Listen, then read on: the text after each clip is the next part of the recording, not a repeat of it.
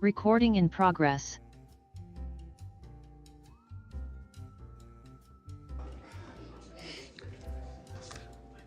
Yeah, I'll call a meeting to order at 6:30. If we could start with the roll call. Chair Harrison, Present. Vice Chair Brubaker. Here. Secretary Timmons is absent. Commissioner Golovitz, Here. Commissioner Shaid, Here. Commissioner Benitez is absent. Okay, the next item would be the minutes. Oh, introductions. Haven't got thought this was an agenda, but it's minutes. So I'm John Harrison. I'm the current chair of the Planning Commission. Bruce Brubaker. Shahzeb Shahid, Alexander Golovitz, Commissioner. Avery Stark, Planning Manager, and we're also joined by Chris Drexel of the City Attorney's Office. Thanks. The approval of minutes, we have minutes from the meeting of May 7th. Is there any additions or corrections that anyone wishes to request? If not, then I can have a motion to approve the minutes as submitted. I move. Second? I second that. Okay, we can just do this by hand vote, I think, or voice. All those in favor, say aye. Aye. Aye. Opposed? Motion carries. Okay. The approval of the agenda. Is there any change to the agenda that any member of the commission wishes to make? Chair, the staff would like to request that we move item 4, which is currently the PLN 26004, the new school for social services use, to item 2, and then Okay. proceed with, as listed, item 3, which is Cascade Townhomes, and then end with Richmond Transmontane. Okay, so So the item 2 is off the agenda? Item 2 is held over. As a point of update, we identified July 2nd after speaking with the applicant. It will be held over to a date uncertain, likely in August. We will reschedule and renotice it accordingly for that meeting and hearing. which one was Sounds that? good. That is for 237 Western Drive, will be held over to a date uncertain. All right, so we have one rearrangement of the agenda, no other changes. All right, then we'll call that the approved agenda consent calendar. Don't believe we have any consent calendar items. So the next item is the public forum. Anyone who wishes to address the Planning Commission on an item that is not on the agenda is welcome to do so at this time. We'll take speakers here in the chamber first, and then we'll see if there's anybody online who wishes to do so. So go ahead, Cordell. First, we have Cordell Hendler. Thank you, Avery. So good evening, Chair Harrison, Commissioners. For the record, I am Cordell Hendler, and I'm a Richmond resident. So let's go back to May.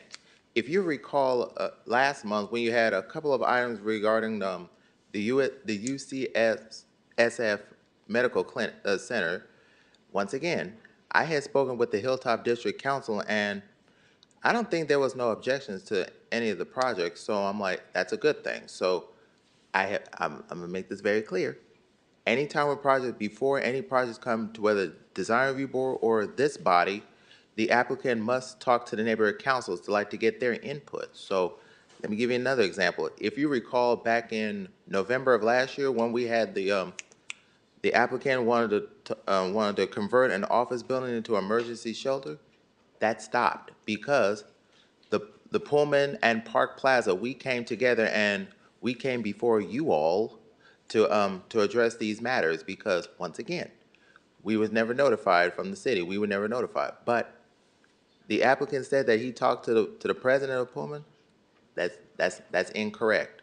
Because I spoke with Ms. Williams myself, and she had concerns regarding this project, and it's literally adjacent to a schools. So I'm like, that's not a good fit for our community, and it would value the property value. So that's a good thing. I'm glad the commission had put a stop to that. But let me say this again. Anytime when projects come before anybody, the applicant must first come to the neighborhood councils to get our input. So with that, I will save my comments for when we get to the Cascades item. Thank you, Cordell. Is there anyone else here in the chamber that wishes to address the commission on an item not on the agenda? I have no members in the chambers. If there's anyone online who would like to address the commission items not agendized this evening, please raise your hand. Seeing none. Okay, then we will move on to our public hearings. The first one is item G1, which is PLN 22-282, the Con residential structure.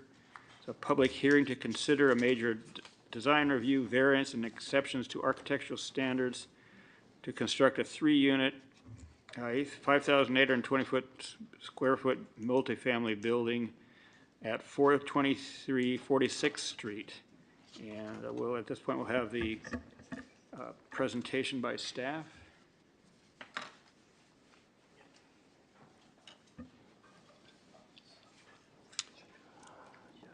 This is for that building.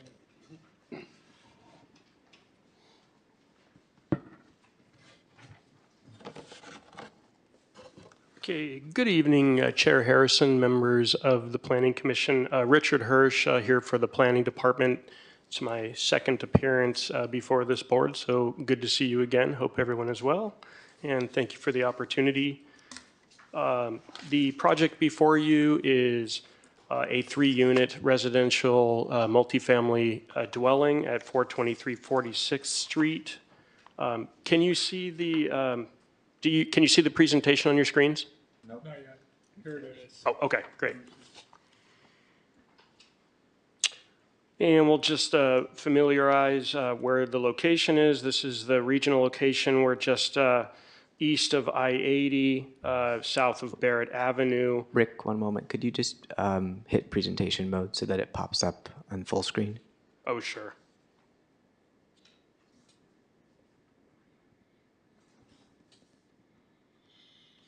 And then from the beginning.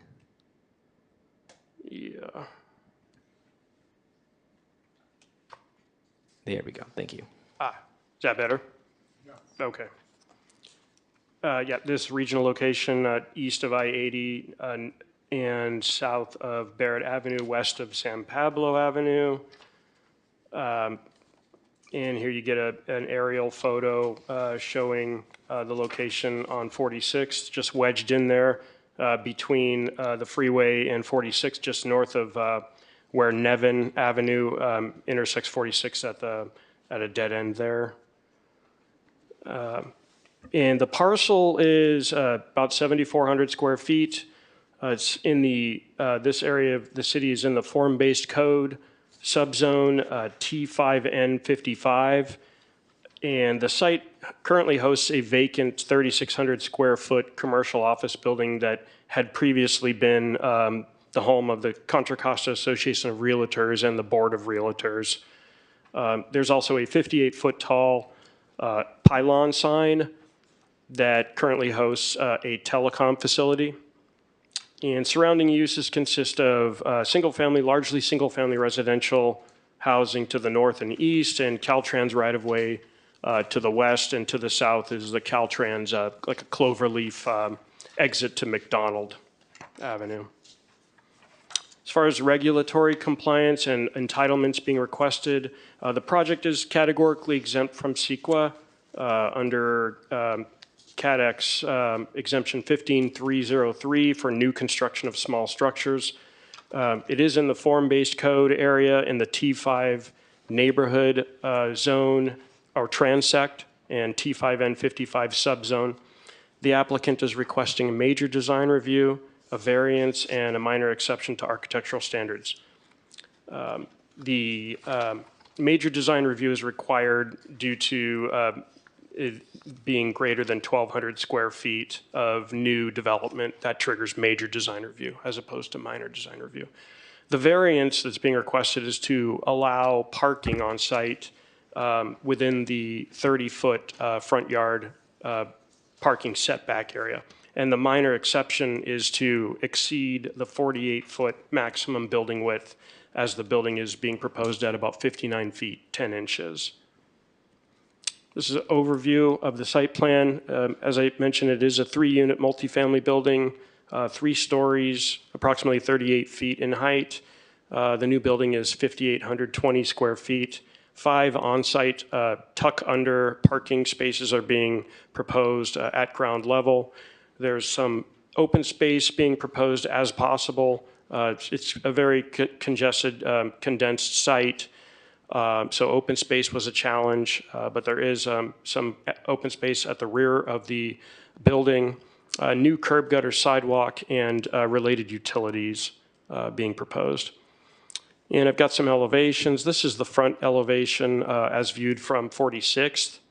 And the building on the left is the new building. The one on the right is the existing 3,600 square foot office building.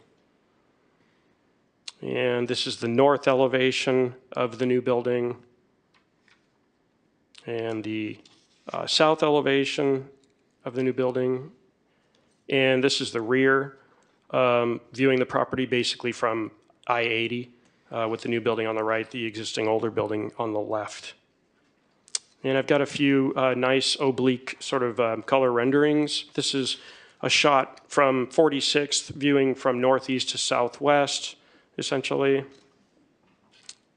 And this one is from Nevin and 46th, basically looking from southeast to northwest. And another oblique view from south to north. And finally, one basically from I-80 viewing eastward with the new building on the right and the existing older building on the left. This one more. As far as public collaboration and comments, the Richmond Heights Neighborhood Council was consulted originally back in mid-2023.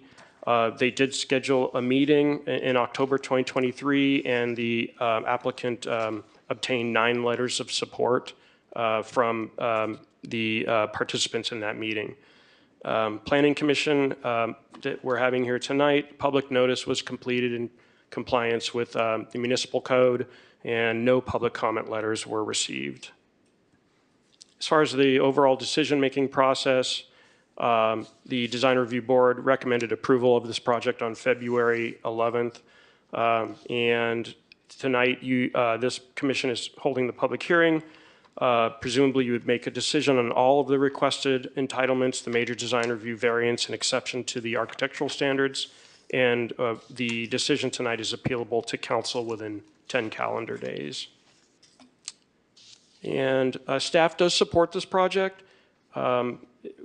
A parking study was prepared, and the conclusion by staff and by the parking consultant was shared on-street neighborhood parking will not be negatively impacted by this project. The variance is not expected to result in any negative aesthetic or safety impacts. Staff also finds the requested exception to the maximum building width would not result in negative impacts to the neighborhood. And staff does recommend approval of the project with the conditions of approval as stated. And this concludes the staff report. I do also have, the applicant sent me a brief 1:45 like flyover video that they prepared. They were very excited about it, and he asked that I show that. So I'll try to show that now. And let's see if it works.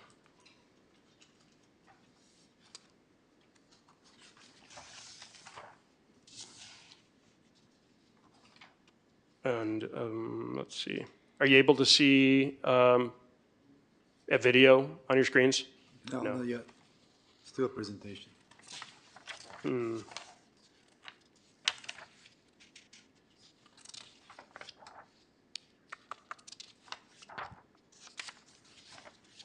It's with the media player software. Any idea how we You'll have get to that? probably close out the presentation or just minimize it so that you can move the media player onto that right-hand screen. Okay, let me try to close all those screens out.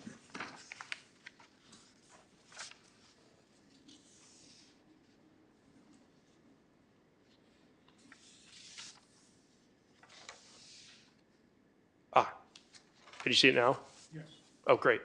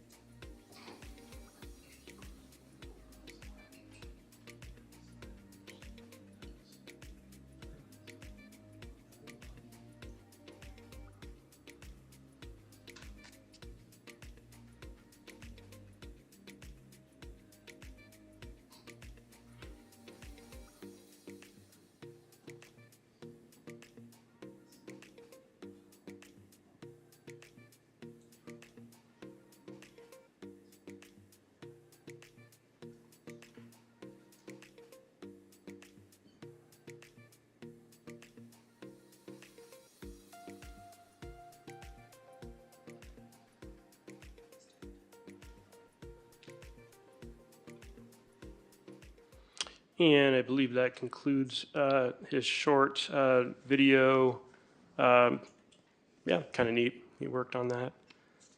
So that's the staff report. The applicant is also here if you'd like to ask him any questions about the project, and staff is available to respond to any questions as well. Okay, Thank you. Are there any questions for staff at this time? No, we can come back to that later. Why don't I open the public hearing then? If the applicant would like to make a presentation, a brief presentation, that's great. If they're satisfied that the flyover is all we need, then we'll leave it at that.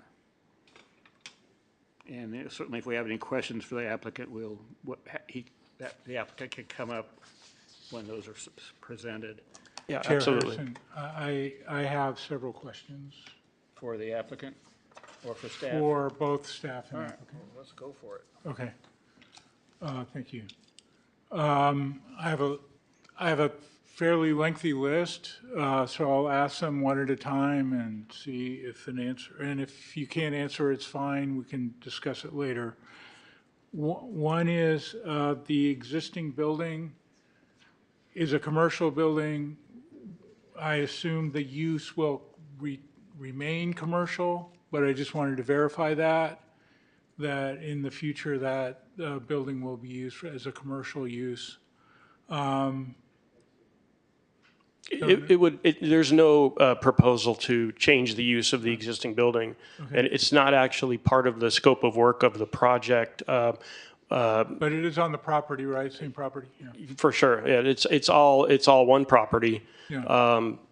And there is, I recall from the design review board meeting that the owner has an intent to use that building as a medical office building.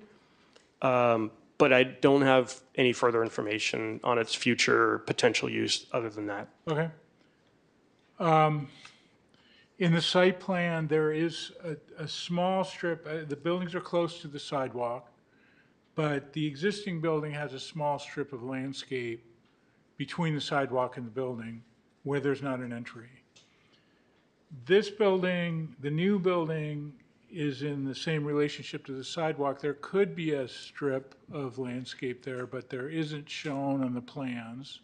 And so I'm just wondering, is it a problem or why not? It seems like it would be a benefit to the project to have landscaping in front of the building, between the sidewalk and the building wall. It's an excellent question. So being in the form-based code, T5N transect, there's technically no required front yard setback between the front building wall and the front property line. In other words, the building could be built right up to the property line. It does have a 1 foot setback. The front building wall is set back 1 foot from the front property line. The issue with this property is that it's very uniquely shaped and narrow. There's not a whole lot of room to push the building back to provide an amenity like a front landscaping buffer area. And the code doesn't technically require them to do it. We can have the applicant speak to that issue, but in terms of the code requirement, it does comply. Right. No, I understand that it complies. I only mention it because the existing building is the same setback from the sidewalk as the new building, and it has a strip of landscape, so I was just wondering why. Correct. The new building does not. I have a question about lighting. Yep. On page 5, the staff report says that the lighting, allows a maximum, lighting zone LZ3 allows a maximum of 20,000 lumens for mixed-use sites. Proposed lighting plan would produce about 33,500 lumens and therefore exceeds the maximum. Yes. I tend to really want, if there's a good reason to have the lighting, it's maybe understandable, but I would want to hear what the reason is to exceed the recommended lumen level. Are you able to see the slideshow again on your screens? Not yet. Okay. I put it back Now, up. Okay, yeah. so another excellent question. It is definitely in the staff report. The maximum luminosity per the code is typically 20,000. The form-based code does not address or provide for a maximum amount of lumens on site. So I reverted back to the traditional City of Richmond code for that language. I see. I don't think that technically there's a maximum luminosity or lumens per the for this project site, to be quite honest. That said, I did anticipate this question, so these are just some renderings the applicant provided showing the existing lighting and the new lighting on the new building. You can see that the older existing building, it has very strong high-powered security wall packs on both the front and rear walls, which provide good security lighting. It's basically flood lighting on the front and back with pretty high luminosity.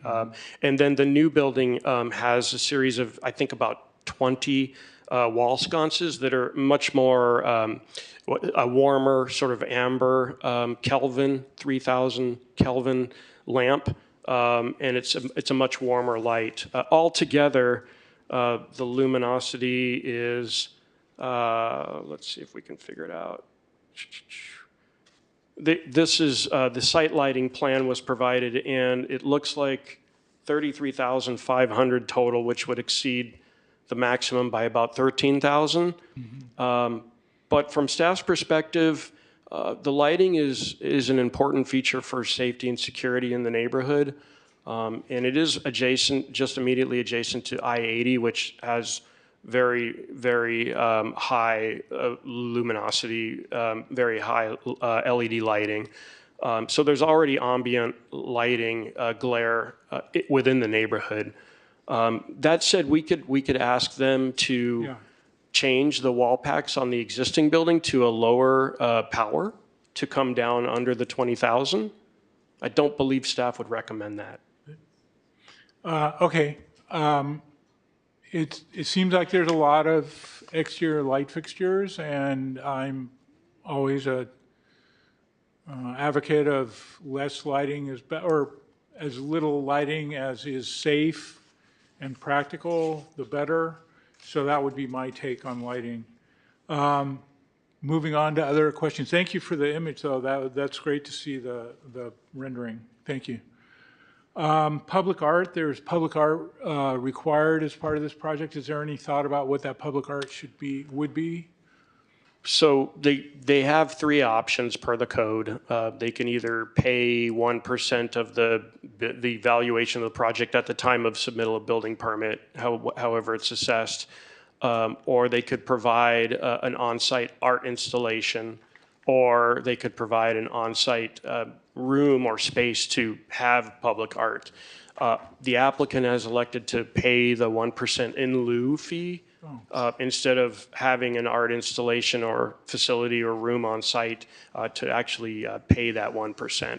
So in other words, if the construction valuation of the project were to be, for example, $500,000, they would pay a $5,000 in lieu public art fee upfront with the building permit submittal. Got it.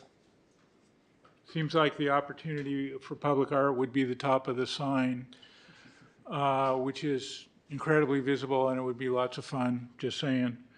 Okay, another question regarding the sign is, it is currently a radio frequency emitter, cell tower. It hosts a cellular PCS mobile carrier. Yes. And that facility, I was by there, and that facility has warning signs on the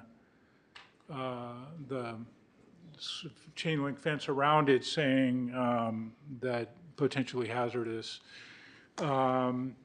take care, things like that. The top story looks like it's actually at the same level of that. Is that cell tower going to remain? And is there ways to counteract the issue of, I'm just wondering about the safety of the inhabitants. That's another good question. the pylon sign and the cellular carrier are, again, not part of the scope of work of the project. They're a separate tenant. They lease from the property owner and have been there relatively long time. The EME report, electromagnetic energy report, that would have been provided to the city by the telecommunication carrier would provide the radius around the antennas that is a safe minimum distance. The new building is more than 30 feet away from the nearest antennas that would be shining or pointing at the third floor of the building. I haven't seen the EME report. My presumption would be that the new building is outside of the range of where would be a dangerous exposure to RF or EME energy. Okay. I can't speak more to it than that, though. But Yes, it seemed like it was closer. There's an image that shows it much closer than 30 feet, so just, that's something for the applicant to think about. And then my last question is regarding air quality at the freeway and whether I think those windows are operable windows on that side, and it is very close to the freeway, and want to ensure that the applicant knows that they need to do special filtering systems for the units that are that close to the freeway. There's state law regarding that, so that would be my last question. thank you for that. Could I have the applicant come up and address that question? I'm not familiar with those requirements. Gustavo, would you mind?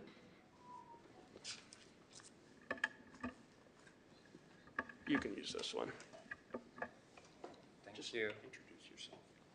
Good evening, everybody. My name is Gustavo Barrios. I'm the owner of GV Designs. I'm an architectural designer, and I am in charge of this project. And to your question, I really appreciate your concerns. I actually have talked plenty amount that with my client, and just for the future of the people that's going to be inhabited this place. And so we do have operable windows. They just only open 4 inches to the exterior. And we will be having air ventilation in the interior, HVAC. We will have filters. I think it's commonly now more in these buildings, but yeah, he is well aware of it, and the people that will be inhabiting as well, we will make them aware. Yes. Okay. I would add that this project Avery. will require full building permit review in compliance with California Building Code and the City of Richmond's Building Code. So I'll be sure to address those things with the building official. Yeah. Yeah, I was going to say that too. At the time of building permit submittal, they'll have to comply with all the state laws. Thank you.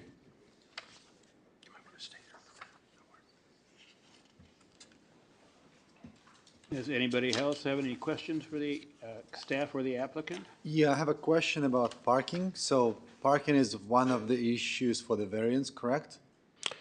Well, the variance is a request to allow parking within the 30-foot front yard parking setback area.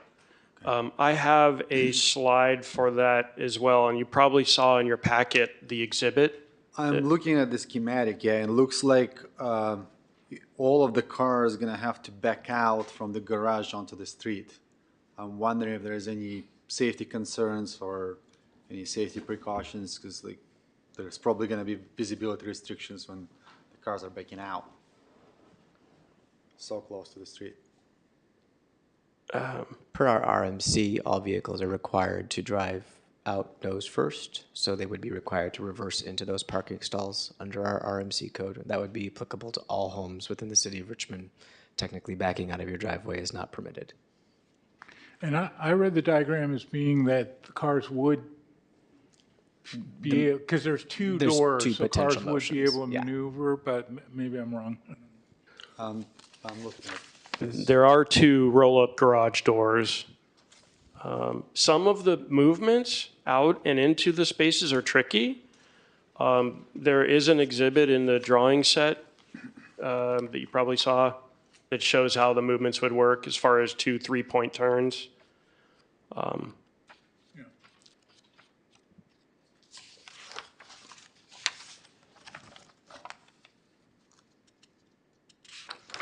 So if I understand correctly, Avery, they'd be doing those maneuvering to get back into these rather than to back out.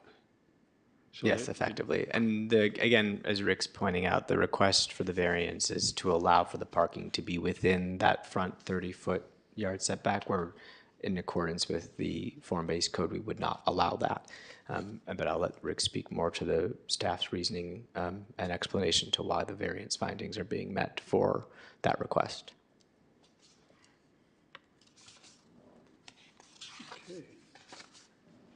Any follow-up question on that, Commissioner? I'm still not getting how they're gonna turn around within the garage, because it looks pretty tight on the schematics.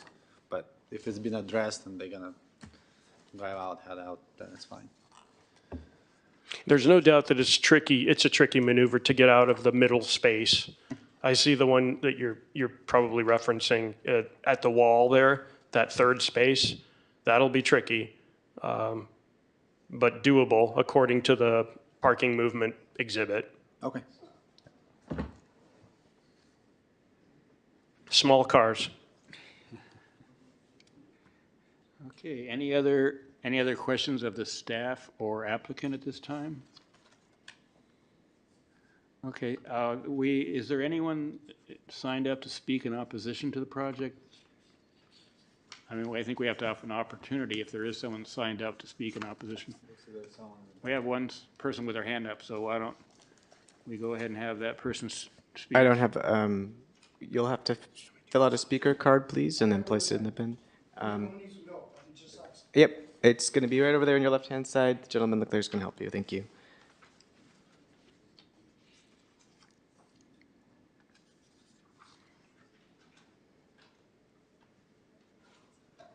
While he's working on that, I'll call Cordo Handler.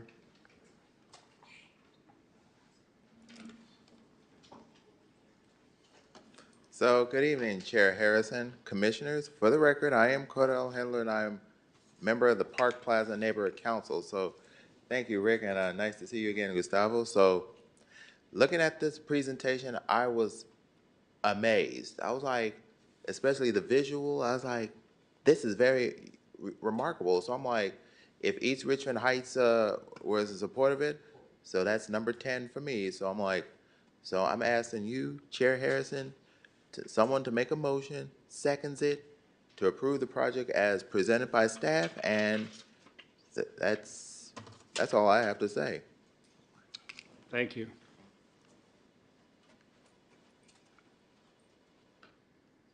If this- Stephen? Yep, right there, and you'll have 3 minutes. Okay, I own 435 46th Street. Okay, where there, I'd like to know, what's that bridge going to the old building? What's that bridge for? For one thing. And if they're gonna put 4 cars there, when they're building the apartment, how long is it gonna take? And all the cars was gonna park on the street, going in and out, how long is that gonna take? And exactly, what are they gonna do without first building?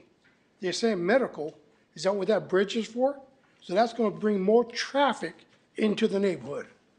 My tenants at the moment at 435 46th Street, they have 4 cars.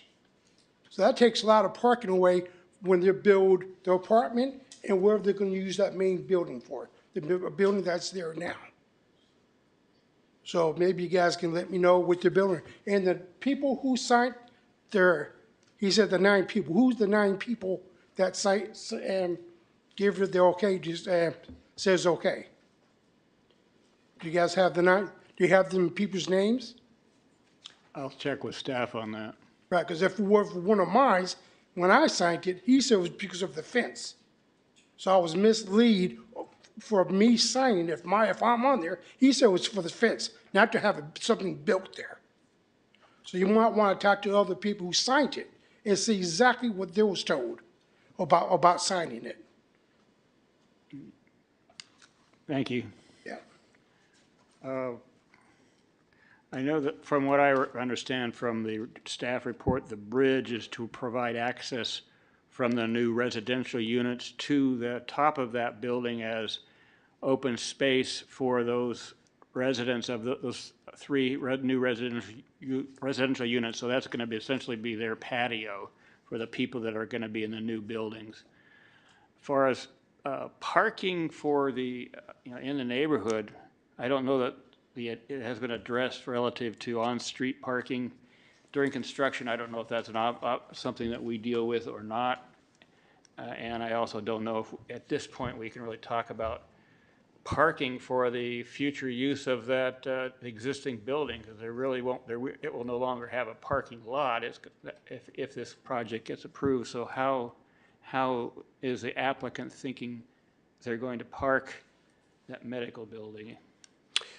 Those are good questions. So on the parking issue, I do have some slides on that. If we could put the PowerPoint presentation back up, I'll be happy to go through it. Do you want to continue taking public comment, or? I'd like to try to respond to these, and then we'll go on to the next people with questions. Okay. Can you see the slides on your screen? Okay. So we were anticipating maybe some questions about the parking. So there's two portions of the project, a new residential portion and an existing commercial portion. The residential part, in the code, the maximum allowed residential parking, the maximum is 1.25 spaces per unit. However, there's no minimum required for residential parking in the code. And there is no parking required for the 3 new units.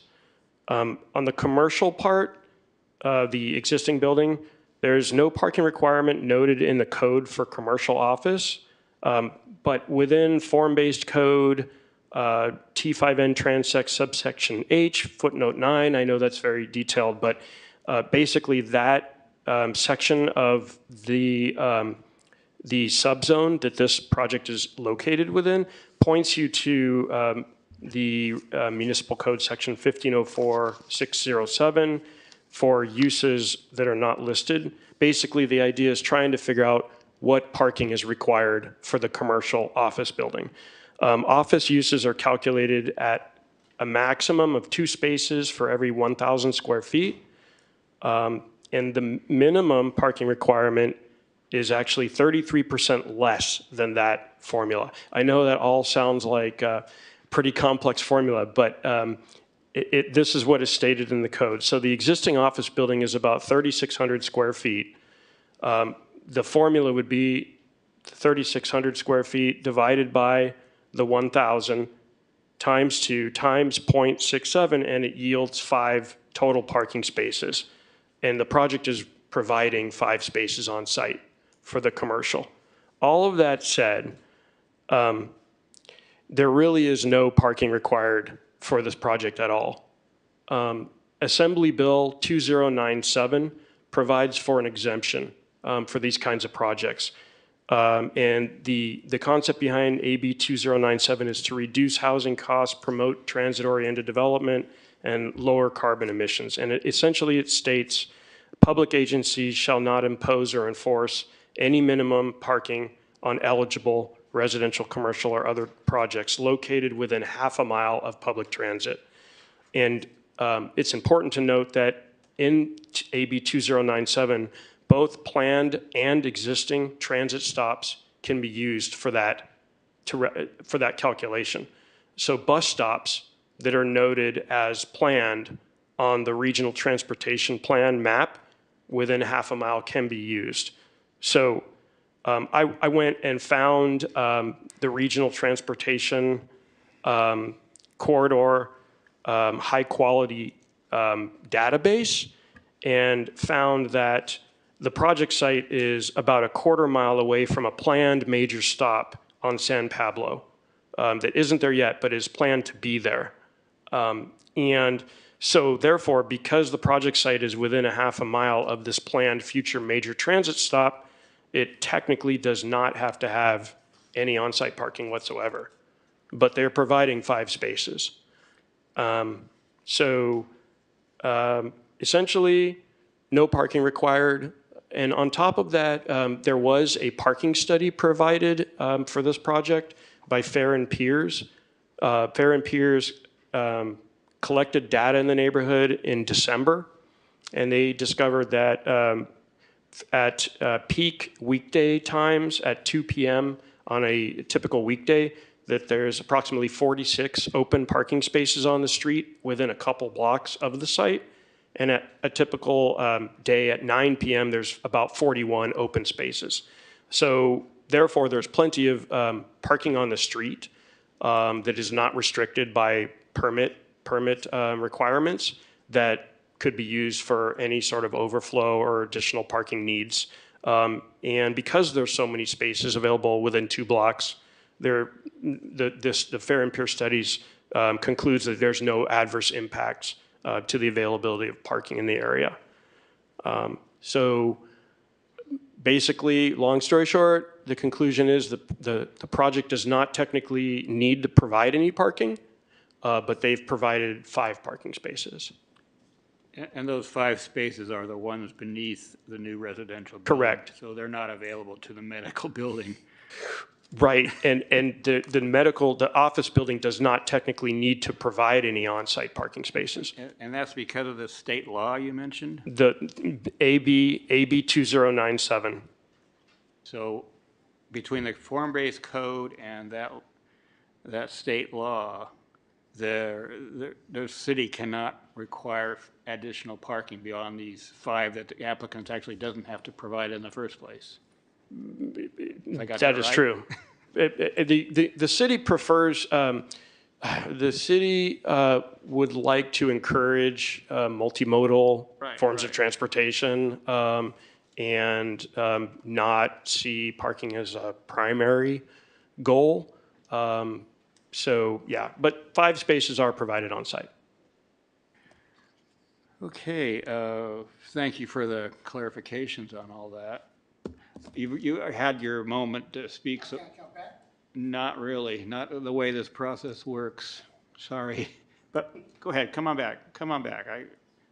You might as well. Okay, if the Hear what city you- goes through 46th Avenue, you can tell there's no parking in front of my house on that side of the street. No parking at all. It's all driveways. Apartment building, other houses have their driveways facing 46th Street itself. So there's no parking there at all because it's all parked driveways. So that's just no parking at all. Now, if you're saying if he can build his house or the apartment up to their property line, means I can do the same thing with my house? I can redo my house and bring it up to their sidewalk? I don't know if that applies to single-family residential or if it's just for multifamily residential, that's the setback requirement. But So, I think that's getting a little bit off the, no, I off the have to, topic here. I have to know because if they're doing it, bringing it up to the line, should I be able to do it? It's the same, I'm a couple, 2 houses away. Again, I think it's I don't believe that single-family residential have the same criteria as multifamily. At this time, I would ask that, we'll provide you with our business cards and we'd invite you to come with us to the planning counter and meet with us. We can certainly look over your project, your parcel, and help you understand the development rights that are available to you, so that you can understand in the future if you wanted to do that certain type of development. If I can tear it down and bring it real close, We can that's a good certainly option? we can certainly have that conversation, yes. okay, thank you. Okay. Are there any other speaker forms? Yes, I believe it's a Raymond. Ronaldo. Yes, I I'm gonna can't make read. it short. Good evening. I live next to the existing building. And it's just like a lot of, I wanna know what is the ninth person that signed the document. That they said they give permission, because when we signed that paper, he told us he's gonna put a fence around the building. He don't mention that he's gonna make units over there. And parking, you know, my neighbor already mentioned, there is no parking there. I mentioned before in the meeting before, it is an RV that's been sitting there for 3 years. So I don't know where they're getting all this parking. And around the corner, and Nevin is trucked with equipment, full of trucks over there. So that's what I want to say. Thank you. Thank you very much. And I have one online speaker, John. You want to fill out did you fill out a speaker form, sir? If you could do that, then we can bring you up. Go ahead and do the online one right now. All right, go ahead, John. You have 3 minutes.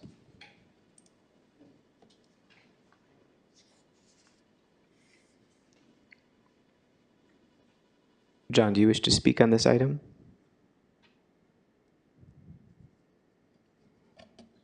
We can proceed.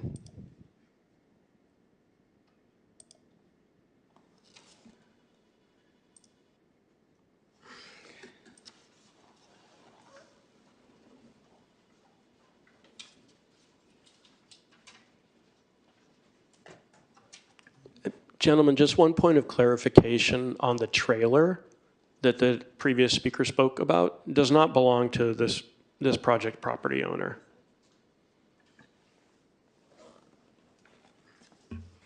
We do have one additional speaker card here for this item. Is it Greg? Yes, go ahead. I just wanted to briefly mention about the parking. I don't live close to this building, but I'm very familiar with this building. I've been inside of that building before.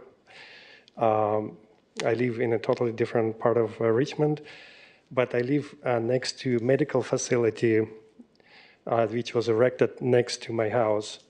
And I totally agree with gentlemen who raised the issue about the parking.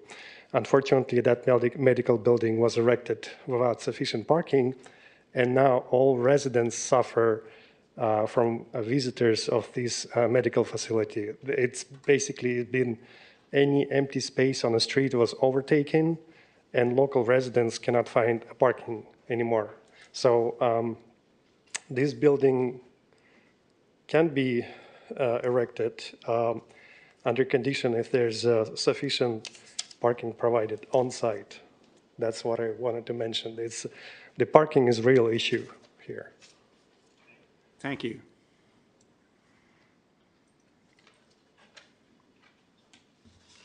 I have additional speakers. Anna Lopez. Good evening. Yes, I would also like to support the local residents who are opposing this project. Although I don't live on that street or nearby, I think it is important when you construct a building to really make sure there is parking spots available, because very often the buildings are constructed and many people rely on cars. And I know we're talking about the future and how people are going to rely more on public transportation in the future. But we need to consider also what's going to be in a short term, such as 5 or 7 years in the future. And I think city should not allow to build a building where the owner does not provide sufficient parking for the residents, the actual parking on the property. Thank you. And then I've got one more speaker here, I believe, for this item. Last name is Kahn?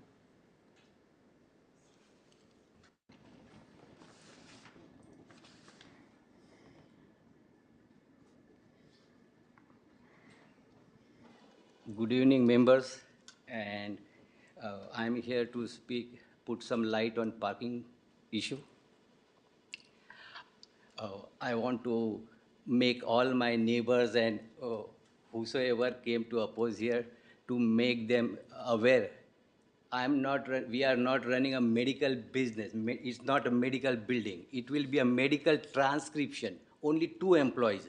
There will be no in and out traffic coming in, no patients coming in. Just 2 employees transcribing whatever doctors in and around hospitals speak, and they dictate the notes. They don't write the reports. So the staff, the medical transcription staff is only 2 people, and they sit, hear it, all those recordings, and they type it. There are no patients coming in and out, and there is no parking required. And I want all my neighbors to understand that nobody's parking spot will be taken, because we only have 2 employees transcribing in 2 shifts, like one coming one time, when he leaves, the other one comes. So there will be no requirement for parking, and there will be no patients coming in to get checkup. So there will be no traffic in my project nearby. So I just want to know that it's not a medical building, it's a medical transcription. That the business is transcribed by only 2 people. So it will not need any parking from the neighborhood. Okay, thank you. Appreciate that. Thank you. Any other speakers? No other speakers. Okay, then I'm going to close the public hearing and bring it back to the commission to discuss. I guess I sort of raised this parking issue, so let me kind of give you my impressions on that. First of all, although the medical use that we've talked about seem to be the source of potential conflict, it's not what we're discussing tonight. We're only dealing with the additional residential building. So we really can't address any real or perceived concerns relative to that medical building. That will be, if the applicant needs to have some kind of a permit for the use he's describing, it can be addressed at that time. Secondly, as the staff pointed out, parking, state law and the direction most organizations are going now, they're trying to, as staff pointed out, encourage people to use public transit or not, and so they're have waived a lot of the parking requirements for new developments, which is good in some locations. This may not be a good location for that, but nonetheless, that's what the law is. It makes very clear, as staff laid out, not only the requirements in the form-based code, which is the City of Richmond's regulations, but also the state law, which is really forcing cities' hands relative to parking. And trying to discourage addition of parking as a way of getting people out of their cars and into buses and trains. So there's nothing we are going to be able to address relative to that parking tonight. And as the staff has pointed out, there are 5 spaces on site, which technically, I guess, are not required, but I think makes sense when it's a residential use. People are going to want to have somewhere to park their car, so it only makes sense to have it there. So I just wanted to clarify that. I don't know if, and I'll turn it over to my other commissioners, any comments they have or suggestions. Thank you. I will just add that there was a whole parking study done as part of this project, which is included in the staff report. And it looks at streets surrounding this area. It counts the number of available spaces, and it counts the number of spaces that were occupied at the 2 times that the examiner went out and did the survey. And I know the firm is a reputable firm, Fair and Piers, so it seems that this parking study does indicate that there's not a large parking impact, at least in the overall broader neighborhood. There may be specific impacts on individual properties within that neighborhood, but as a whole, the parking studies does seem to indicate that there is some space available, so. I did have a question about the parking study. How did they determine the number of spots are available? Was it just like a regular sedan width and just went in and started counting up spots? Visual observation during the 2 times of day. On a typical weekday at 2 p.m., the field surveyor went out to the neighborhood and basically walked the streets within 2 blocks of the project site and counted how many 20-foot long spaces there were along the curb in the public right-of-way. visual observation. And then at 9 PM, they did the same thing. Thank you. Simple methodology. Okay, any other questions or comments? Yeah, there are a couple of people raised the issue of who was in support of the project and what were they supporting, because someone was told it's only the fence, and then looks like there's 9 people that supported the whole project. Do we have any clarity on that? I'm sorry, so your question is about the fencing? No. So there's a couple of residents that came to the mic and they said that when they asked to sign in support of the project, they were told that the project is only about fencing. And then the staff report said there was 9 people supporting the project. So I was just wondering, is there any clarification as to those are just separate 9 people who actually supported the project, not the fencing?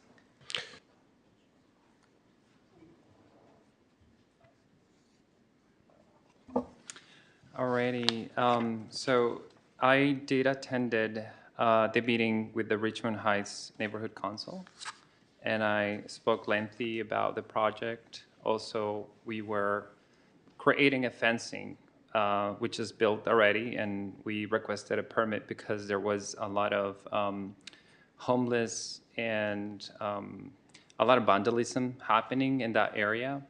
And because of that, we created the fence, and we also spoke about the building, the future of what the area will look like.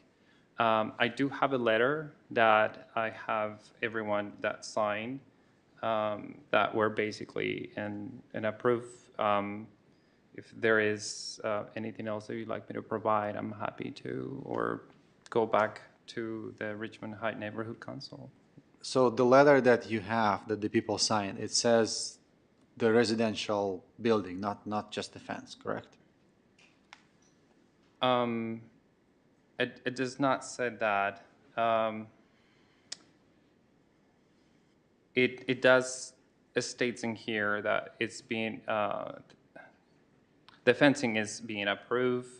Also, I don't think that letter states any of it, though. I think I can get any record of that meeting if there's that requirement in question that we didn't, were open about the building, because we were. I don't have it right now, but I do have a letter where they sign it. But I can go back and ask them for any other, I don't know, approval. No, it's okay, so long as it's clear. So the Yeah. people who supported, they only supported the fencing. That's what they were Well, asked to support, and that's what they supported. We talked about it, both for the fencing and the project. So, The meeting was about the project, yes. not about the fencing. Yes. And they were presented with the site plan and the elevations Yep. for the project. So is it fair to say that they understood that they were supporting the project, not Correct. just the fence? Actually, letter I states vividly remember now that there was a lady that she actually had comments about the art. Because in that meeting, we had a conversation about the 1% of the art. And then I was talking with her because she was opposing into what type of art, and so I was letting her know that I think I will talk with the client, and it seems like we come out with a conclusion that we will donate the funds to the city of Richmond so you guys can, decide to do whatever with the art, because the oppose was that if we created a mural, it might offend somebody. So yes. So we were definitely talking about a building in there. Understood, thank you. Okay, if there are no other questions, we're, I guess, ready to consider a motion to approve or project or seek additional conditions. What's the wish of the commission? The motion would be to adopt the resolution, right? As Yeah, it's stated at the in bottom of recommendation. page 3 of the staff report, continuing on to the top of page 4. I'm happy to make a motion. I would like to propose a couple of conditions. Okay. These won't be hardline conditions, I think, but rather maybe some proposals to consider.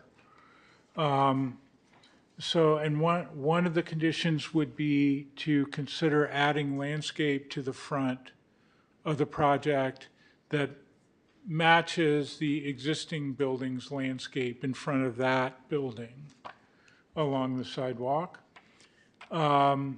if feasible. And the other is to reduce the amount of lighting that is surrounding the building to the level that is mentioned in the staff report as being maximum. So reducing whether it's by reducing the existing building's lighting or the new building's lighting, as long as it still is at a safe level for this neighborhood. But lighting should be a minimum. And the goal should be that lower number of lumens so far as it is safe and properly illuminated. So those would be my two conditions. Could that be done with a combination of things? If they reduce the number of sconces on the new building and then change the wall packs so they weren't so blasting? Yeah, I think we could leave it up to staff to work with the applicant. Okay. Staff to work with the applicant. Okay, understood. Thank you. And with that, I will make a motion to approve. Let me see, I had it here, hold on. It's on page. Phew. What happened?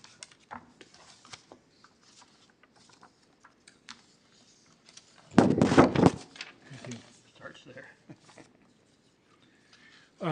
To adopt, I make a motion with conditions to adopt resolution number 2610, granting approval of major design review, PLN 22282, variance and exception to architectural standards to develop a new three-unit multi-family building subject to the findings and conditions of approval as contained in the resolution.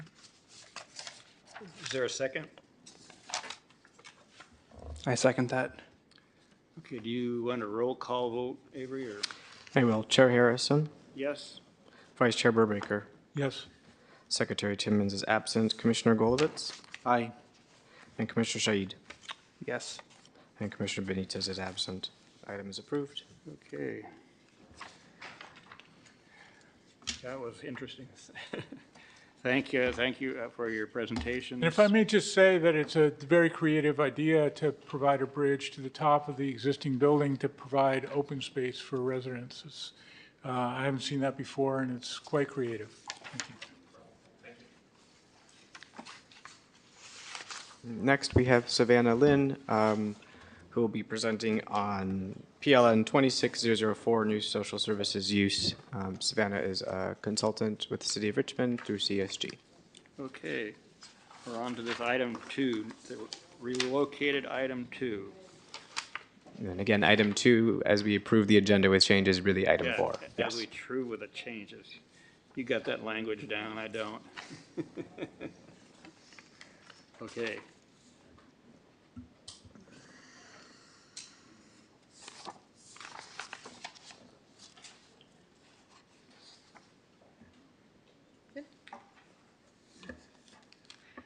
Good evening, Chair, Commissioners, and members of the public. My name is Savannah Lane, and I'm a contract planner with CSG Consultants.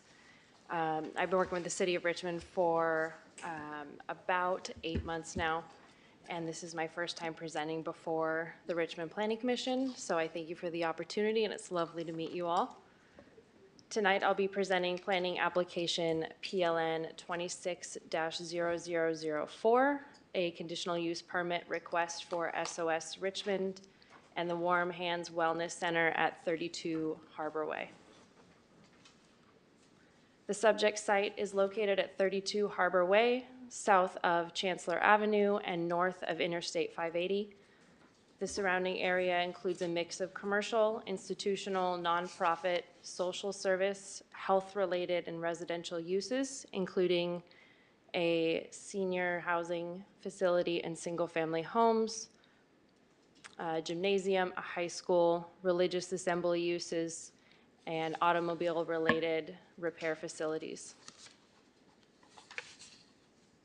The site has a general plan designation of CMU, which is medium-intensity mixed use with a commercial emphasis. It is zoned T4 MSO under Richmond's Livable Corridors Form-Based Code. Social service centers are conditionally allowed in this transect zone, subject to planning condition approval of a conditional use permit. The project site is approximately 5,625 square feet and is developed with an existing warehouse building that has historically been used for mixed commercial, warehouse, and vehicle repair purposes. SOS Richmond began operating a social service center from the site before obtaining necessary city approvals, which resulted in a code enforcement case. Because social service centers are conditionally allowed in the T4 MSO Transect District, planning and code enforcement staff advised the applicant that they could bring the use into compliance with Richmond's code by obtaining Planning Commission approval of a conditional use permit. The Commission's review tonight is focused on whether the proposed use is appropriate at this location and whether the conditions of approval are needed to ensure the use is compatible with nearby residential, institutional, commercial, and mixed-use properties. The use would include two components: an internal dispatch and operations hub for SOS Richmond's mobile outreach teams, and the Warm Hands Wellness Center, which would provide daytime, non-residential supportive services for unhoused and housing insecure individuals. Most services would occur inside the building. Limited outdoor activities would be restricted to the rear yard and adjoining parking lot, and no activities would be allowed in front of the building, on the sidewalk, or in the public right-of-way. The limited outdoor use would include shower trailers on the adjoining parking lot, subject to all applicable city, health, safety, utility, and property maintenance requirements. The applicant does have a shared use agreement with the property next door for the use of the parking lot. The site would not operate as an emergency shelter, overnight shelter, residential facility, or housing use. There will be no overnight stays, outdoor sleeping, or camping permitted. The proposed social service center has two main components. As mentioned, the mobile outreach operations hub, which is a staff-facing portion of the project, and the Warm Hands Wellness Center, which is the public-facing portion that provides daytime supportive services. The daytime supportive services include things such as resource navigation, referrals, wellness support, hygiene supplies, prepared meals, and other partner services. The mobile outreach operations hub would operate Monday through Saturday from 8:30 a.m. to 6 p.m. and Sunday from 9 a.m. to 4 p.m. The Warm Hands Wellness Center is expected to begin operating just 2 days a week, with approval requested for up to 5 days a week from 9 a.m. to 3 p.m. During the Wellness Center hours, approximately 5 staff, volunteers, or partner providers are expected to be on site, with additional field staff entering and exiting at the beginning and ends of their shifts. Until a second means of egress is approved through the rear of the site, occupancy would be limited to 49 people.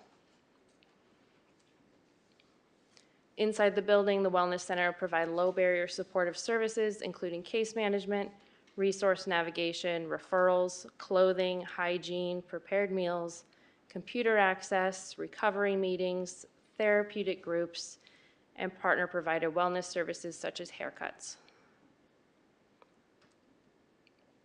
Outdoor activities would be limited to approved areas only, including the rear yard and adjoining parking lot to the south.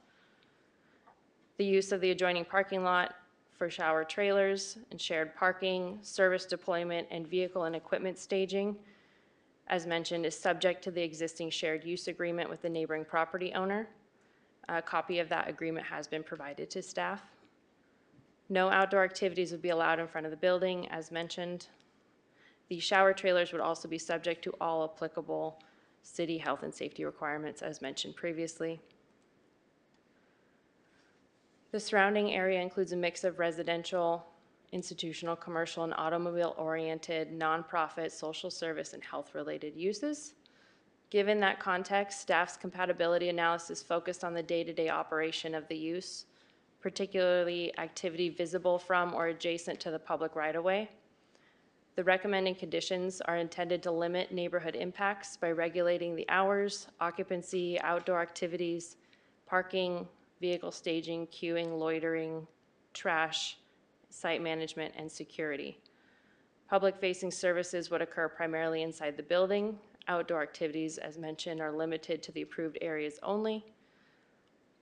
With these conditions in place, staff finds that the proposed use can operate compatibly with the surrounding neighborhood. The project is exempt from CEQA pursuant to CEQA Guidelines Section 15301, Class 1 existing facilities. The city received 8 letters of support from community organizations, 1 letter of support from the neighborhood council, and 1 letter of support from a community member. Supporting organizations included Contra Costa Health, Fountain Project Health and Wellness Center, Housing Consortium of the East Bay, HIV Education and Prevention Project of Alameda County, Greater Richmond Interfaith Program, ADEII Health, Lifelong Medical Care, and the City of Richmond's Community Crisis Response Team.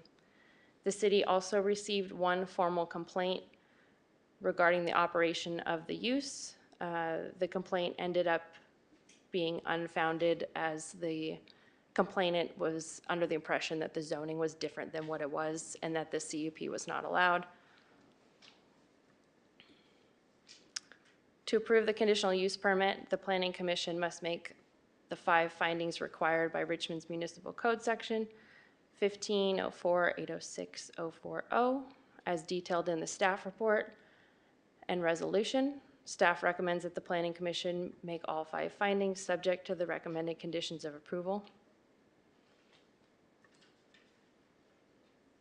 As detailed in the resolution, staff recommends 29 conditions of approval to keep the use within the approved scope of the conditional use permit and maintain compatibility with the surrounding neighborhood. The conditions address hours, occupancy, site management, service areas, shower trailers, parking, etc.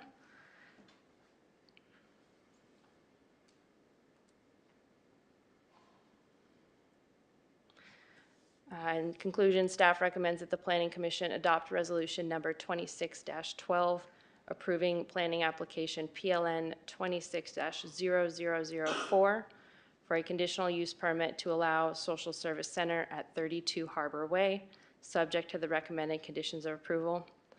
I would like to point out that after the agenda packet was finalized, staff did receive additional conditions of approval from the Fire Marshal's office. They received 4 additional conditions, which are highlighted in yellow on your resolution. Those 4 conditions are, number 1, provide plans for review and approval for a change of use and occupancy. Plans shall include any details for modifications to the facility required to meet the new proposed use as identified in section 302.1 of the 2025 Building Code and section 1002.1 of the California Existing Building Code. Required modifications shall be completed under permit and through plan review for compliance with fire and building code requirements. Forgive me, I do need to read all of them. Obtain any required operational permits from Richmond Fire Prevention District. Obtain a fire clearance by requesting a fire and life safety inspection from the Richmond Fire Prevention Division. And finally, provide documentation verifying that any existing fire and life safety systems, including fire suppression and fire alarm systems, have been serviced, maintained, and certified in accordance with the applicable maintenance schedules, including quarterly, annual, and 5-year service requirements as applicable. That concludes my presentation, and staff and the applicant are available for questions. Great, thank you. Are there any questions for staff at this time? If not, I'm going to go ahead and open the public hearing. Does the applicant wish to make a presentation? If not required, but they're welcome to do so. I believe he does. They do? I believe he does, yes. Okay. Could you give us your name and there's a red button you need to push there to turn it on? Got it. My name is Daniel Barth. I'm the executive director and the founder of Safe Organized Spaces Richmond. I'm hoping that you've got this updated packet of letters of support. And if anyone from the public would like to have a copy, I have a few extras, so I'd be happy to hand them over to you. I don't need to give too much. That was a great presentation, thank you. And it's my first time being at Planning Commission. Bruce, you and I have a little bit of history because you remember what happened at the Castro encampment and how we have seemingly intractable problems of homelessness. And we know that the situation is not going to get too much better, and those who are vulnerably housed in our neighborhoods are also highly susceptible to becoming homeless as well. And so by having a safe place for daytime respite and access to services, we accomplish a lot. And I'd like to spend a couple of minutes, and try to limit it to a few minutes here, to describe how this works. So when we do work in homeless encampments, what we're doing is, and here's three of our staff here, we're hiring folks from the unhoused community, like from Castro encampment, and several of whom are still employed with us. They are talent that we have retained. But what we do is we engage a workforce development program which hires folks from encampments, directly from the encampments that they're then going to serve. And they serve with those showers, with laundry services, sometimes drinking water. Sometimes if it's a larger encampment, we handle the sanitation of portable toilets and so forth. And we do trash collection and also help people to move from the encampment. We cooperate and work alongside in a coordinated manner with our public agencies, with fire and police and public works and traffic enforcement and code enforcement, to smooth the way for our public agencies to be able to address the encampments that ultimately are going to be moved, right? Because there aren't going to be encampments that stay. There are no sanctioned encampments, and we've had experiences like the Castro encampment, and we saw what happens when we handle them over the course of years. It's a very difficult situation, and I don't think anyone has any qualms about me saying, we got to deal with that, right? And so the best way to deal with it, I found out from personal experience in the field, is you hire folks, they get work. By having work, we have the ability to obtain housing, and we can engage on that pathway, on that journey from tent to home. Not the easiest journey, in fact, and employing folks and running an organization that's 85% from the unhoused community is not an easy undertaking. However, it's a very useful undertaking in the sense that these individuals provide the peer-to-peer support that then allows them to do what they can do the best. What we know how to do the best is to work with our brothers and sisters as peers, helping peers, right? Neighbors helping neighbors, and that collaboration between housed and unhoused ultimately is what happens. Public agencies and community members supporting unhoused leaders, leading folks from encampments, helping to soften those encampment abatements, and also ultimately helping move folks into housing, right? Helping to actually physically transport folks and their belongings from an encampment into housing is a tremendously useful endeavor, that we're helping folks make those moves while we, as unhoused and recently housed individuals, while we are making the personal changes in our lives. And the reason why I said all of that is to say it needs to have a home.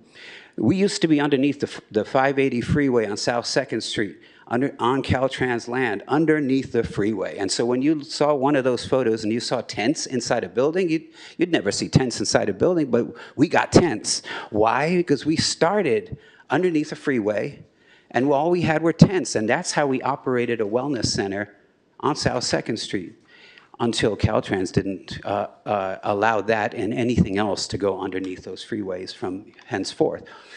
And so we found and have a partner in a landlord who allows for us to stay at their location because there's no parking on that street. And by having no parking on that street, a normal business cannot usually do business there. So we can do the business of driving people to the site, shuttling them from the encampments, bringing them to the wellness center, to the showers, to the laundry, to their housing, to appointments, getting essential things like documentation so that they can get employed. Going to services like lifelong medical care, that's 2 blocks down the way, but it may as well be 10 miles for some people because taking the steps towards wellness takes a concerted effort. And so the central place that we provide, rather than being outdoors under the freeway, is now at Safe Harbor, right? On Harbor Way, Safe Organized Spaces runs a wellness center called The Warm Hand. The Warm Hand that focuses on the relational experience that helps people to take the steps out of homelessness. We can't transact our way out of homelessness. We need to support people and accompany people. And so I urge you to recognize and come and visit us at 32 Harbor Way, and what you will see tomorrow morning at 9 o'clock when you come, and I encourage you to please come, even when you vote, hopefully, yes, to approve. We are going to continue, and we would like for you to have a stakehold as our commission that supervises the appropriate use of that facility, and you will see that the appropriate use is that individuals coming off the streets come in for respite. They're receiving refuge from being outdoors in all of what we know the outdoors to be, violent, dirty air and everything. And they come indoors and they have their friends. They have people that they know from the encampments that we hired that are now peer practitioners to help their peers take the same journey that they're taking. And by one at a time, 30 in a given day that walk through those doors, we can help folks change the course of their lives to take steps towards better income, housing outcomes, and improved wellness to sustain the job and the housing. So if you have questions, I'm delighted to talk with you about it. Thank you. Any questions for the applicant? I have a couple quick ones. I noticed in the picture there were 2 or 3 bicycles in the one photograph, but there's no requirement for a bike rack. Would there be any value to having a bike rack? Well, you know, that's a good question. We have a bike rack there, and do people use it at that front door? Should we put it up there? And usually they just like to roll their bike right to that front door. And the beautiful thing about taking an auto body shop and turning it into a safe harbor is that all you got is open space. And so in the corner, we just stack the bikes up so that they can leave easily. Now, can we use a better bike rack? Absolutely. Okay. Well, so if there's one there, there's no reason to ask for another one.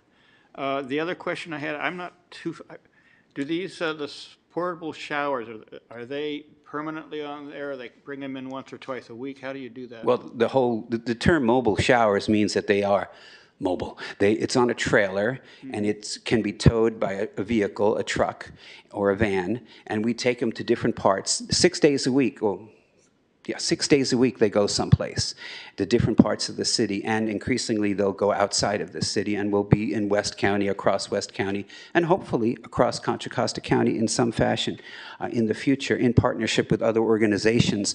The point is that we find those important locations where showers need to be had, and it started during COVID when there were no public showers at all.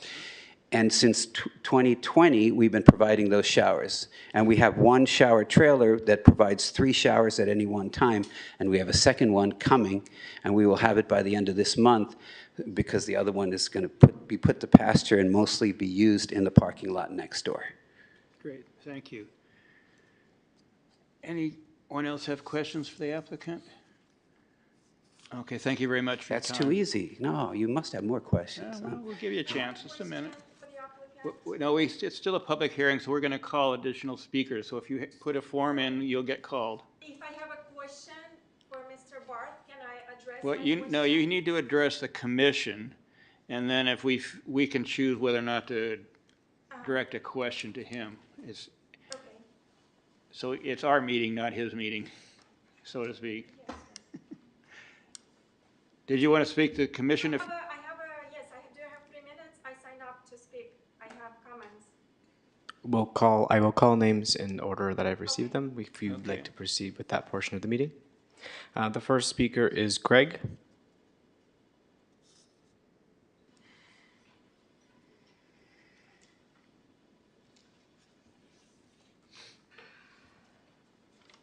Hello.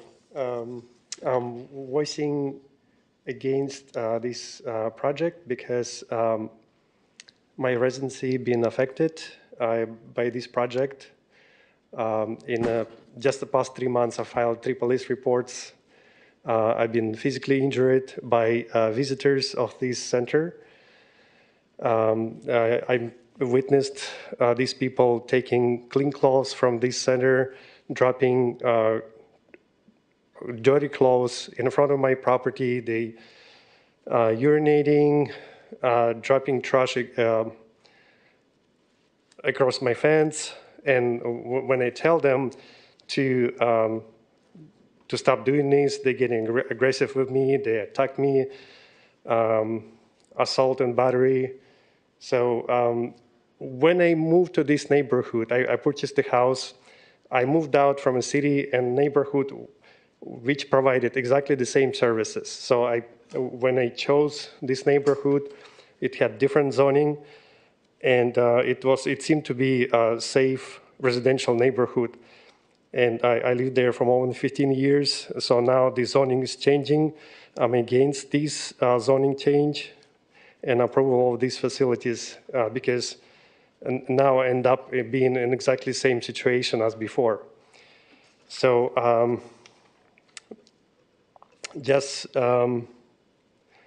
so what I noticed is people segregate in this neighborhood, attracting these homeless people. They loitering, smoking marijuana, just dropping cigarette butts all in front of property, liquor bottles, throwing beer bottles at me. Just yesterday was another police report. I've been physically injured. This is totally unacceptable. My kids cannot play right near the house safely anymore because I noticed the visitors of this center, they coming to the kids, started talking. So this is totally unsafe behavior, and there are different parts of Richmond, perhaps industrial neighborhood, not in residential area. I'm supporting social services, but not in residential neighborhood. There are plenty of spaces and empty spaces in Richmond where this facility could fit in.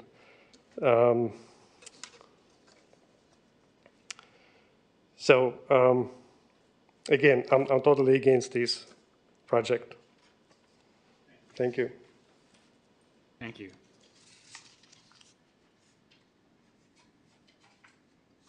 Our next speaker is Anna Lopez.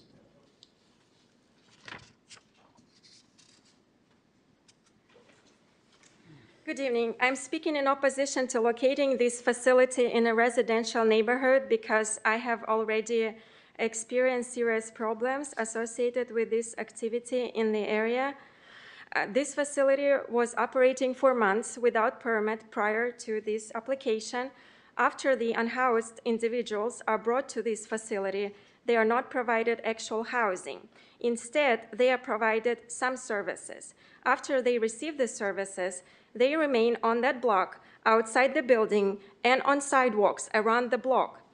The issues I have personally encountered include loitering around residential properties, trash being thrown, and feces, abandoned clothing and liquor bottles left near homes, repeated trespassing onto private property, individuals looking through fences and around yards, apparently searching for items to steal, bicycle thefts involving locks being cut, vehicle damage, including punctured tires, aggressive behavior when residents attempt to address those problems, bottles and stones being thrown at me, physical assaults and threats. Every resident deserves to feel safe in their own home. Unfortunately, my experience has been that these types of activities have increased when large number of unsheltered individuals congregate near residential properties. I understand that people experiencing homelessness need services and assistance. However, the city also has an obligation to protect the quality of life and safety of the residents who already live in these neighborhoods. It brings down property values. I bought the house when the social services center was not allowed by zoning. I specifically looked for a house in this type of zoning. I still pay increasing property taxes based on house values. Values of our properties are down due to this center operating at this location. I respectfully ask the council to consider alternative locations in commercial, industrial areas where the impacts on homes, families, and residential streets would be significantly reduced. This is not about opposing help for those in need. It is about finding a location that balances the needs of homeless individuals with the safety and well-being of the surrounding community. Thank you for your time and consideration. Thank you.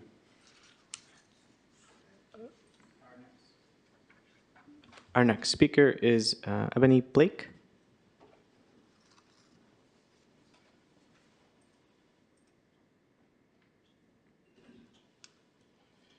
Hi, I'm Ebony Blake. I've been with them since Wrighton Road. I came from Wrighton Road. I went to Texas, went there for 2 years, came back homeless, but I got help. They helped me again, and I'll be housed in any day now. I just graduated from the training from SOS.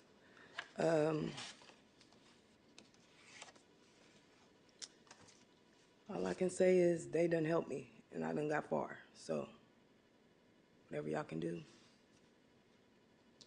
I don't know, but that don't sound right. Thank you for your input.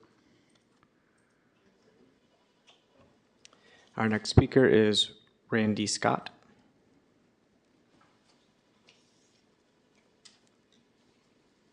Hi, my name is Randy Scott, and I've been with SOS, well, pretty much since 2020, before we were SOS. I'm going to talk about just the social services and what we do there. Me being homeless myself and being hired straight off of the San Pablo Creeks was a miracle, really. Still being employed and having the opportunities I do now is a miracle. And that's because Daniel Barth stuck his neck out and started something that was really good.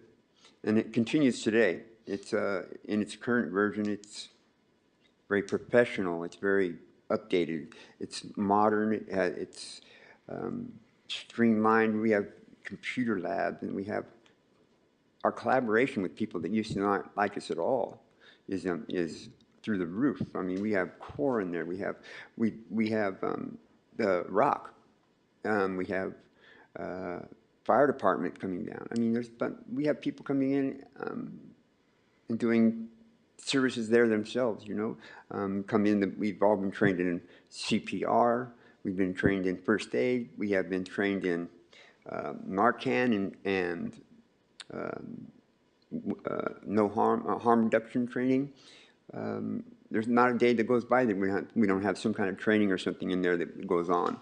And we got people coming in. Started off a few, but now we have a lot of people coming in that need help. They know to come there all the time now. They know that we become a center for acceptance. You know, no matter where you're coming from, who you are, what color you are, you're welcome there, and we'll pick you up and take you there. If you want to go there, I'll come to you where you're at, and I'll pick you up. If you don't have the ride, you don't have transportation, you need to get an ID or something, I'll take you there. I'll come in and I'll bring you in, and I'll take you back home. Same thing with our laundry, same thing with our showers. We will shuttle you in. We have vehicles that are insured and licensed, and the drivers, including myself, are licensed and insured completely.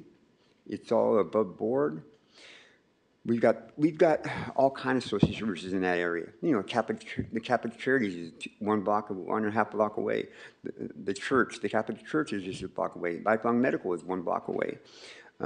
Next door to us is another church. We fit in. We fit in. And I'd like to think that we're a benefit to the community. And, well, I know we are. I know we're a benefit to the community. I don't have to think about it. Personally, I've benefited, and I share that. The way I keep it is I give it away. Great, thank you. All right.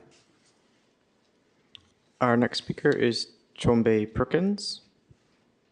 I hope I pronounced your name correctly. Hello, I'm Tommy Perkins. I've been working for SOS for 4 or 5 years now, and there was homeless people in the area before we moved there. And you know, now that we're there, we didn't bring them there. We're helping the people that's there. We're pulling them out of the street and giving them hope again that they can go do something instead of stay right there where they are. Because homelessness is hard, and people that's housed, they don't see that. You know, they say that we're bringing them there when we're not. The ones that come there, they come there and they learn something and get what we have to offer, and that's what we do. You know, the people that come there, none of them come there drunk, none of them come there and throw rocks at people or anything like that. When they come there, they get hope again, that they're going to get out of homelessness, and that's what we do. We have the computer lab, we have CORE there, we have all these other agencies there to help. You know, we don't, I mean, I'm there, I don't see any violence, there's nothing going on crazy there. We're there to help the people, and the people that come there want help. You know, that's what we do. Thank you. Thank you. If there are any members of the public online who wish to speak on this item, please indicate so by raising your hand. Seeing none. Okay. Looks like Cordell went back. I guess he wasn't going to speak. All right. I think that's all the speakers. I guess I'd like to offer the applicant a chance to respond to any of these comments if they'd wish before we go into our deliberations. Well, the beautiful thing about having our team is that they know how to speak for themselves. They just did. They said that folks have been on McDonald Avenue and Harbor Way in the neighborhoods of Coronado and Santa Fe and Iron Triangle and up north and, of course, in between all the time. In Point Richmond, in north and east, RVs up and down. We know this. We know that we've seen encampments more than 100. And then when we abate those encampments, folks end up on the streets, or they go on the tracks, on the creeks, on the freeways, and our parks. But they got someplace they need to go. And let's make it real here. Folks have become homeless because of intergenerational poverty generated in this city, in this economy that has utilized people as tools for running there has been a separation between those who have and those who do not have, and they've done it by zip code, and we know that those folks, like 3 of them right here from North Richmond and San Pablo, have been downwind from a refinery and from a whole corridor, a northern waterfront of poverty. And so when we start blaming unhoused individuals for being on the street, let's keep it real. Folks are on the street because of the economy. And they're there needing to be repaired, and a transition needs to be supporting them. And any trauma that we experience on the streets, any addiction or mental illness that some of us, including myself, might have experienced in our past, needs support so that we can walk into our rightful places as talented individuals, and that's what we see here. So of course we see people on the streets, and they may act any number of ways, like housed people I know act certain ways as well. So here we are trying to respond to an issue that is a public health emergency, right? It is a public safety crisis, and it is most of all a problem of our housing inequities and racial inequities. And so let's do this work together. And we know that it takes all of us being in this one together. So when we in central Richmond, on the main corridor of Harbor Way, residential down the block on the other streets, that is a main corridor of commercial services, as Randy was saying. All those services on that corridor. And the reason why, and I apologize, the reason why we walked into that, I thought by right we were able to provide social services. I made a mistake.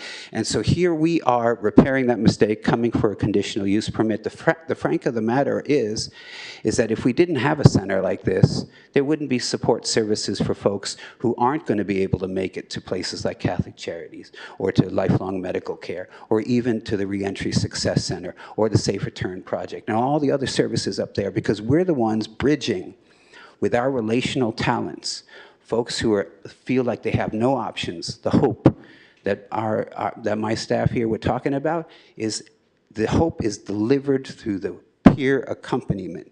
And so let's have a central place. I can find no more natural place for us to be than in that facility, and I hope you agree. Could I ask a question of the Yeah, applicant? please do. Before you go, so one of the points that was made by the opponent was that your project brings people in from encampments and gives them services. What happens after that? Or do they stay in the neighborhood? Is there a way for them to get back to where they were? Or is it the case that people then are looking for something to do after you close? Well, so it's very interesting. So Randy is a shuttle driver right now, and he has been a health ambassador in the past.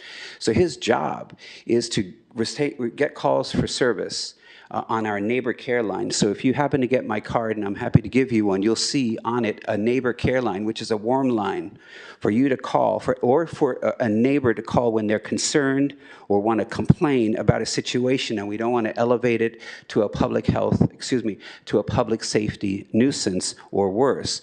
That our goal is to arrive to see the person, whether it's our future mayor who calls and says, hey, I see someone over here on 30th and Garvin who needs support, then I'll go up there, and one of us will go up there and talk with that individual, and sometimes they will come back with us. And when they come back with us, they're being shuttled in, supported, and brought back. It's always a two-way street.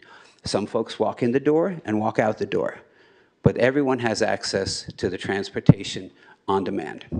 Okay, leads me to my second question, and forgive me, but you mentioned that there's a hotline or something. We've heard other very controversial projects about emergency shelters and other uses in residential neighborhoods, and the problem really erupts when there isn't good communication between the people feel like they aren't being heard when they do come forward with complaints or issues. And I'm wondering, will you be available, or is there some way for people in the neighborhood to contact you if they think that there's issues that might be arising from your use? 24/7. Of course. So let me give an example. When we were under that freeway on South 2nd Street, we were in the adjacent neighborhood, Santa Fe. And if you talk to the neighborhood president and secretary, the Whitmores, you would have been talking with some individuals when we walked in who were very suspicious. But when we came in and we were inhabiting this piece of Caltrans land, we were permitted to do that.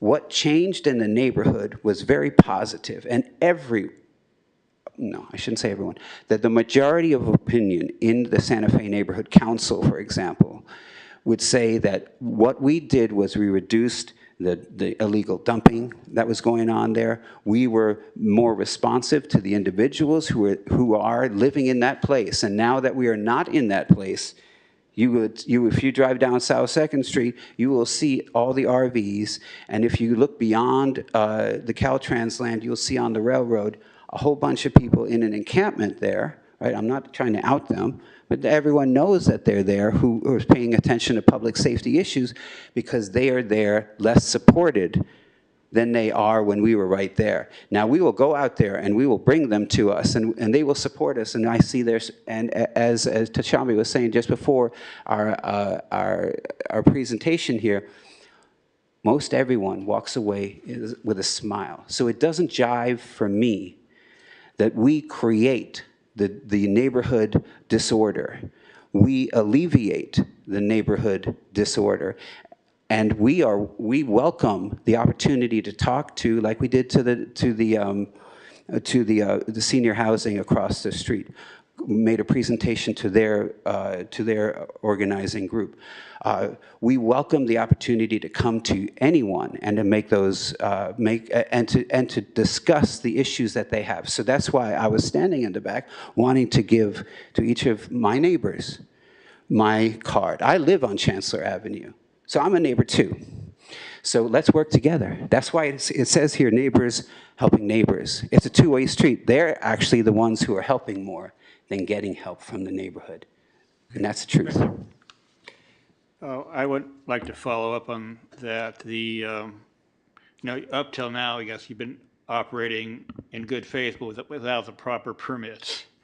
And if this is approved, one of the conditions of approval is that you need to manage this outside activity so that we don't have the problems that these neighbors have experienced. And if those problems do occur, you recognize that your permit can be revoked. So I'm wondering, how do you foresee yourself dealing with those kind of issues, even though you feel they may not be happening in your mind, they are happening in other people's experiences. So what do you plan to do to manage your clients when they're outside of your building? So folks who are unhoused in the neighborhood, when we did our count in 2024, we counted 293. We did our own count. 293 unhoused individuals on the McDonald Avenue corridor on both sides of Harbor Way. 293. Now, we don't get 293 walking in our door yet. But when they walk in our door and walk out our door, we're going to make sure that around our door is pretty orderly, just like I was using the example of the Santa Fe neighborhood. The Santa Fe neighborhood recognized the difference when we came in, and they recognized the difference when we left. Now, we cannot support neighborhood order when we don't have our boots on that particular corner, but we happen to have our boots on that corner every single day of the week, and we stand up. And I know Shambe, for example, and so is Randy, very doggedly aware of every single thing that happens on out there, and we will address those issues. We are stewards of the neighborhood, and I welcome us to work together on that. Sincerely, I welcome us working on that. Okay, thank you.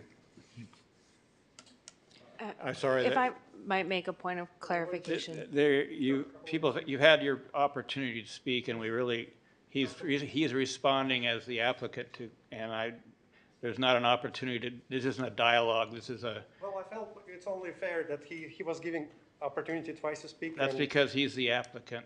Right, but I forgot to mention couple of safety issues. Please. Public safety issues.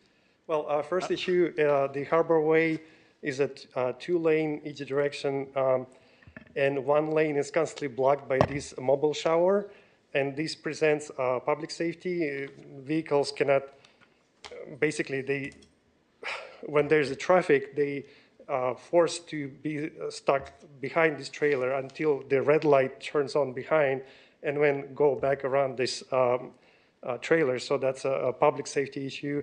Another safety issue is when after hours this facility closes. Sir, we really, you Because really they put don't, this the really nation isn't, sign, it isn't appropriate for you to be speaking to us at this time. You had your the moment, you had sidewalk your is 3 being minutes before. I would blocked appreciate by you- shopping carts I would loaded appreciate with it if you I'm would, going to go black ahead and trash step in bags. here. I'm so sorry. I need to step in. And I'm Sir, forced to if you go on don't- the street If you don't mind, sir. while there are cars on the street. Sir. Because this public sidewalk is being blocked by donations or whatever, trash bags and shopping carts. This is another public issue, public safety issue. Thank you, sir. Okay.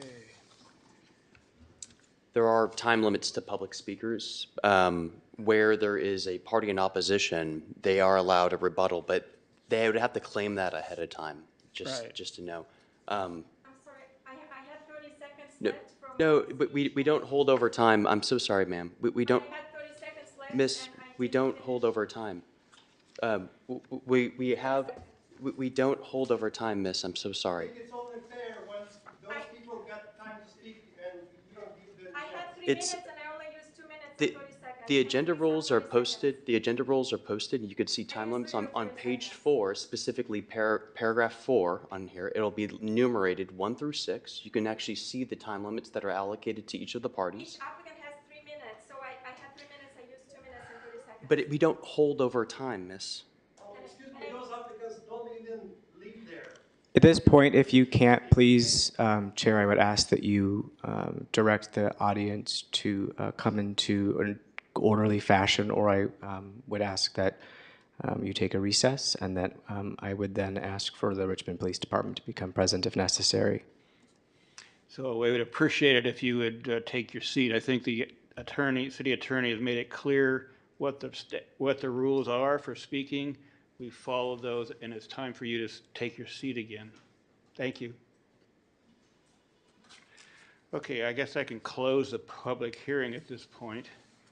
And bring it back to the commission for a discussion.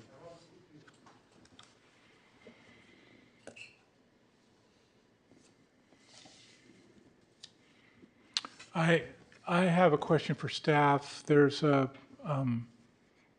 joint use or a shared use agreement with the parking lot next door. There's some storage of the shower facility and so forth on that. We haven't seen it here, but are you satisfied? Are you aware of it, or maybe perhaps you are? And is it for a set period of time, or what is the shared use agreement? It does seem as though that's an important aspect of the approval, that be in place. So do you have any insights on that? I would defer, Savannah, if it's a private agreement between the two parties that they've signed, that we don't have a copy, that we'll receive a copy. I'll start with that question. Correct, we do, and I do apologize that it was not in your packet. We do have a copy of the shared use agreement. It's a private agreement between the applicant and the property owner next door. Allows them to use, to store and use the shower trailers, to park their vehicles, to store their equipment there. I do not recall off the top of my head the duration of the agreement. Perhaps the applicant could provide insight into the duration. I do recall also that the applicant is in the process of finding a different off-site location to store their vehicles in a more secure gated facility. So eventually their trucks and equipment will move off-site, but the shower trailers will remain. Okay, thank you. And I would add, I think it would be reasonable if the commission would like to include a condition of approval that the applicant have that agreement recorded in deed trust against both properties for perpetuity, for the purposes of ensuring that going forward that is always going to be in place, but could always be removed at such time when both property owners choose to mutually remove that requirement. That would be the ideal way to ensure future security of that agreement. I think that's a good suggestion. So we'll seek to add that condition if the project is approved. Okay, any other questions or comments from fellow commissioners. I guess I have a question for staff. You know, we went through discussions like this a couple of years ago on a project similar, in a similar situation, that it was near or in residential. And one of the problems with that was what was happening outside the property on the sidewalks and so forth. And that seems to be, again, going to be a concern in this situation. And it's very clear there's a condition of approval that the applicant is responsible to manage that. I don't know if that extends just to their property line, or do they need to engage with the community in terms of making sure that their clients depart the area once they've received their services. How do we, if the applicant isn't going to enforce that the city's going to have to enforce it, and that means that the place would get shut down. So what do we do?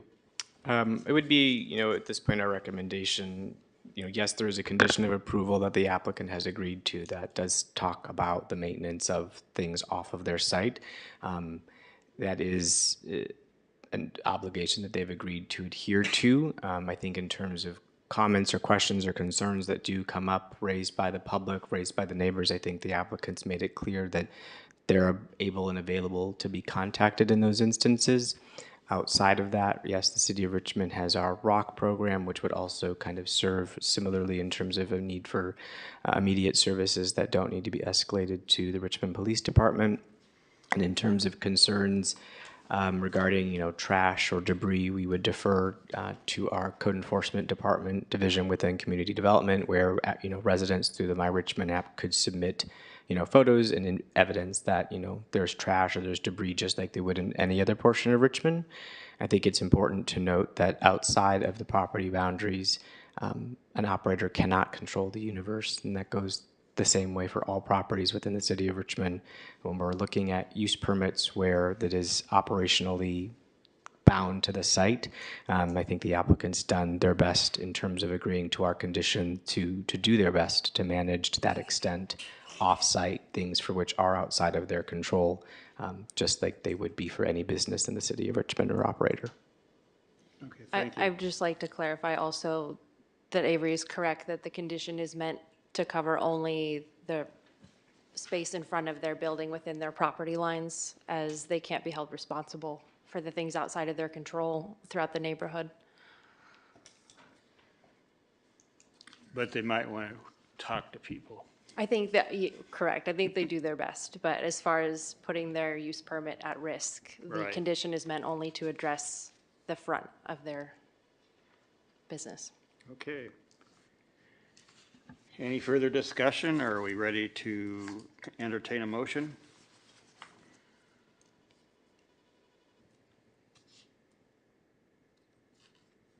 Don't all speak at once.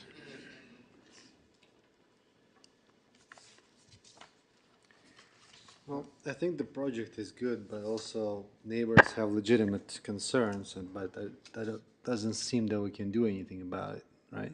Because once someone leaves the property, like, it's outside of the Yeah, project manager's concern. It behooves the applicant to educate their clients on proper behavior when they're not on the client site, so that their operation could continue. Because if, even though the applicant can't control what's happening off their site, they are going to suffer consequences, I think, in terms of setbacks for their business if they don't work with their clients. So I think they've gotten the message here tonight. I hope they have gotten that message that they ought to think beyond the four walls of their property in terms of maintaining relationships with their neighbors. I just would add that this project is different from some other projects that we've seen in that it appears to be a well-managed organization. It has support from other social service organizations. Many are listed. It has a support letter from the Iron Triangle Neighborhood Council. it seems that it's, and it's a incredibly important use to have in the city of Richmond. So these are always really hard projects to decide whether they move forward or not, but I feel that this one should move forward. Would you care to put that in the form of a motion? I can make an emotion. I'll make a motion to adopt, well, I have two conditions again. I think there needs to be a condition to have a shared use agreement in place prior to issuance of the use permit, and on record with the city.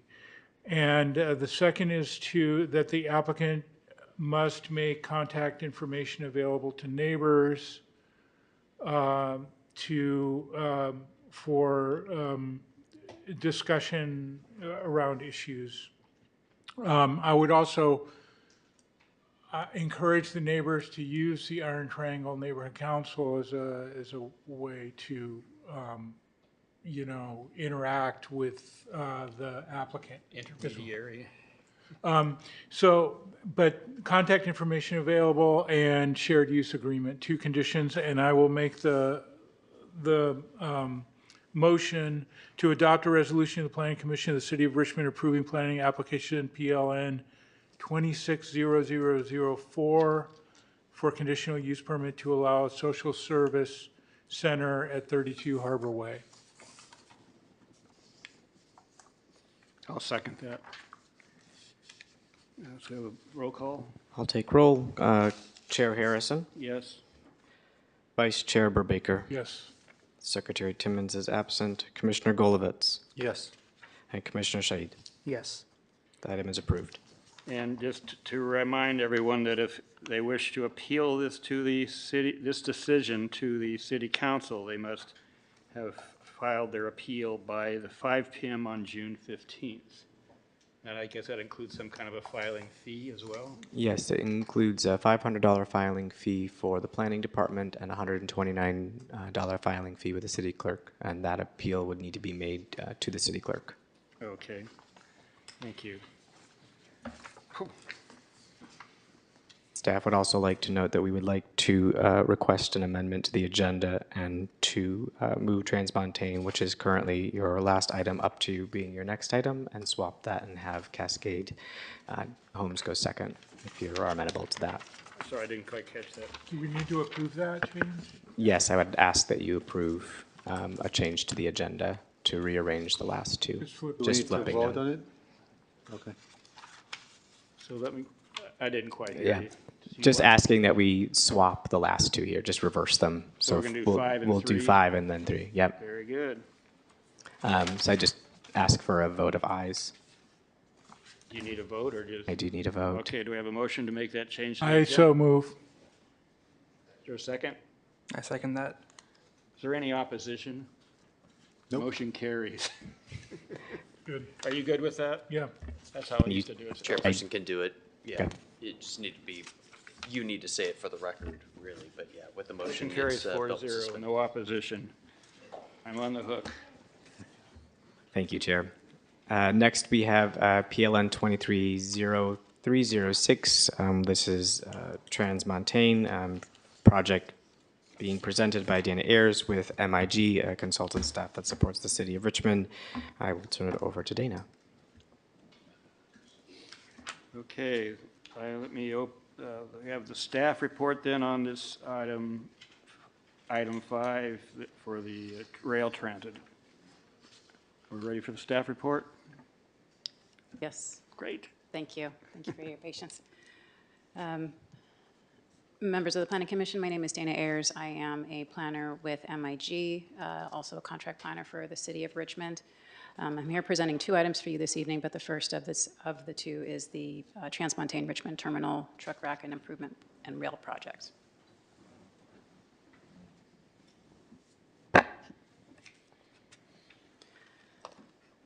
The action recommended at tonight's meeting is to review the project, accept public comment, and to approve the use permit amendment and design review request within application PLN 23306, excuse me. So just to begin, to give a little bit of context about the property, the site is on Wright Avenue at 488 Wright Avenue.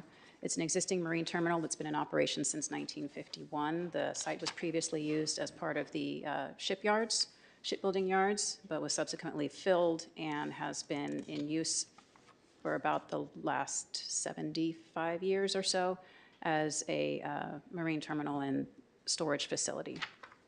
The property is 11.5 acres onshore. It does include acreage within the water, but as far as terrestrial acreage, it's about 11.5 acres. It is in a neighborhood of existing industrial uses, including the CEMEX, Eagle Rock Aggregates, and the Levin Marine Terminal.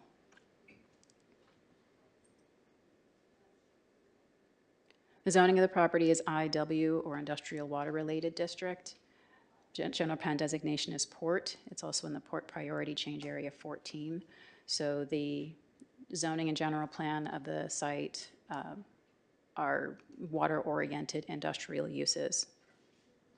Surrounding uses, as I mentioned, are industrial, other industrial businesses. The operation that's been there, that is there now, it was previously entitled with use permits that were issued back in 1991 as well as in 2017. Currently, Transmontane is an operator engaged in the storage and transfer of petroleum and renewable fuels products. This includes oil and marine fuels, diesel fuels, denatured ethanol, as well as renewable feedstocks, which includes new and used vegetable and animal oils. The facility receives product via third-party pipelines, ship and rail, and distributes it out via, not by pipe, but by ship and truck. There's an existing rail spur on site that accommodates 6 tanker cars for importing products, and those cars are switched out, what they call switches, which is the exchange of empty cars for full cars. Those switches happen about typically 3 times a day. As you saw from the aerial photo, there are a little over 24 very large above-ground tanks for storage of product on site. It is a 24-hour daily operation. There are 18 employees currently full-time that operate in shifts, and at any given time, there are 3 employees on site in a shift. Current operations are overseen by a variety of state, regional, county, and federal agencies, including the Department of Fish and Wildlife, San Francisco Bay Conservation Development Commission, the Bay Area Air District. All of these agencies have various responsibilities, including obligations for permitting for security, incident prevention, and response planning, as well as permits related to demolition and ongoing operation of the facility. Federal agencies include US EPA, the US Coast Guard, and OSHA, or Occupational Safety and Health Administration. Again, all of these have to do with security and incident prevention and response planning of the facility. The project proposal includes operational changes to the offloading, storage, and distribution that the facility is currently engaged in. There are also proposed physical changes to the site that would modernize existing facilities and allow a greater throughput of product to flow through the site. The base operation is not proposed to change. It is still proposed to be a facility that's engaged in fuels storage and distribution. But the proposed operation and physical changes would accommodate an increase in the volume of renewable fuels and petroleum product that's stored and transferred through the facility. Physical changes would include extension of rail lines so that they could store more cars on site at any given time, and potentially reduce the number of switches that they would have to do each day. It would accommodate an increase in the throughput of ethanol as well as renewable fuels and feedstocks, It would result in an estimated 98 truck trips, additional truck trips per day. Again, trucks are used to bring in fuel product and to remove it from the site. An additional 2 ship trips per month. Currently, there are 2, so there's an estimated additional 2 ship trips per month to transport renewable feedstocks. And then there would be an additional 3 employees that would facilitate this increased operation. The proposed physical changes are shown here on this image on your screen. The expansion of the rail or extension of the rail is shown here along the western property line of the site. There is an existing underground tank that is used as part of the stormwater quality system that would be brought above ground and moved next to the eastern property line that's currently located here underground. Bringing it above ground would accommodate better access for maintenance ongoing. And then currently there are 2 truck canopies that provide coverage for different fueling stations. Those would be demolished and replaced with a single 5,440 square foot truck loading canopy. The image on the left of the screen shows the existing canopies in place. The image on the right side, images on the right side reflect the proposed canopy that's proposed to replace the existing structures.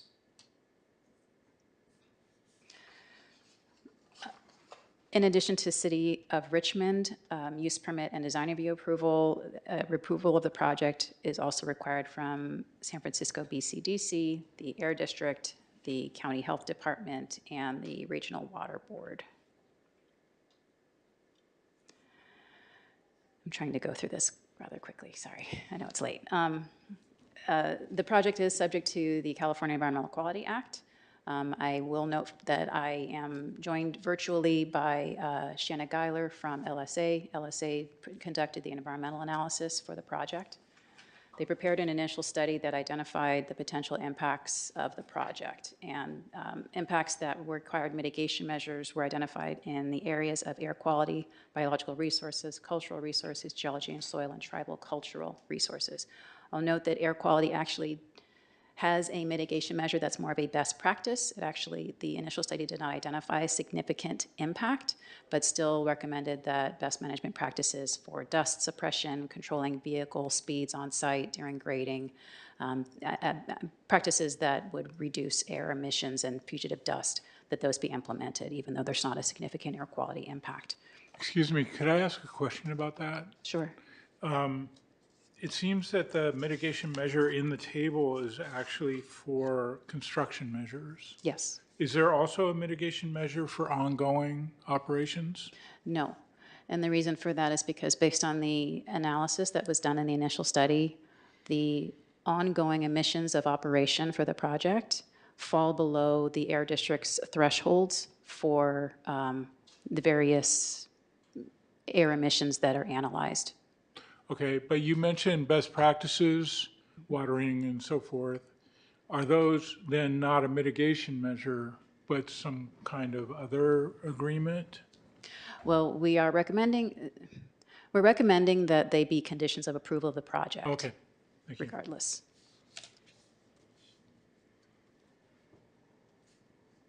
Sorry to interrupt. No apologies. Thank you for the questions.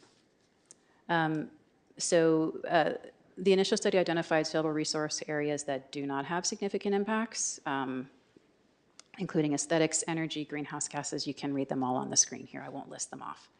But for the resource areas that do have potentially significant impacts, again, air quality is the special one in this list because it has a mitigation measure but actually doesn't have a significant impact.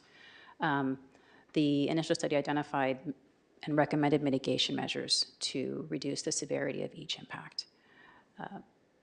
It includes the best management practices I mentioned for air quality during construction, pre-construction surveys, and avoidance and mitigation measures for sensitive, particularly bird species and bats. On-site monitoring during construction for cultural resources, Similarly, for tribal cultural resources, pre-construction training and on-site monitoring during construction. And, oh, excuse me, the geology and soils is incorrect. Sorry. Oh, yes, I'm sorry. It has to do with paleontology, not, it's also related to potential finding of a resource. The public review process for the initial study included preparation of a mitigated negative declaration, which summarized all the findings of the initial study, including the potential mitigation measures and impacts. As was required by CEQA, the initial study MND, I'll call it ISMND, was available for public review at the end of 2025 for a minimum of 30 days. The Planning Commission, as part of your decision-making process on the use permit, needs to consider the initial study and determine whether the analysis in it is adequate before you move forward with a decision on the project. So there are two entitlements before you this evening. The conditional use permit amendment, which is treated like a new use permit, so you still have to make the same findings for a use permit, which are listed here on screen, include general plan consistency, compatibility with existing with surrounding properties in the surrounding neighborhood, avoidance of nuisances and dust and other nuisances, compliance with the zoning regulations, and adequate accessibility to utilities and public facilities. Design review findings also include consistency with general plan, as well as consistency with design review criteria and any applicable design guidelines, which there aren't really any specific to this site beyond the city's general guidelines.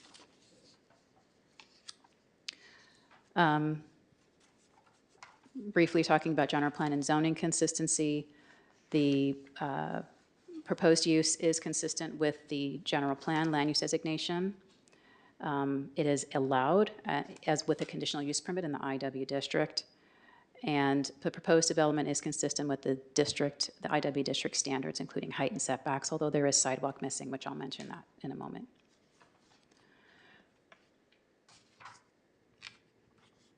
In the staff report, staff makes reference to recommended statements of findings, which are listed in the draft resolution attached to your staff report.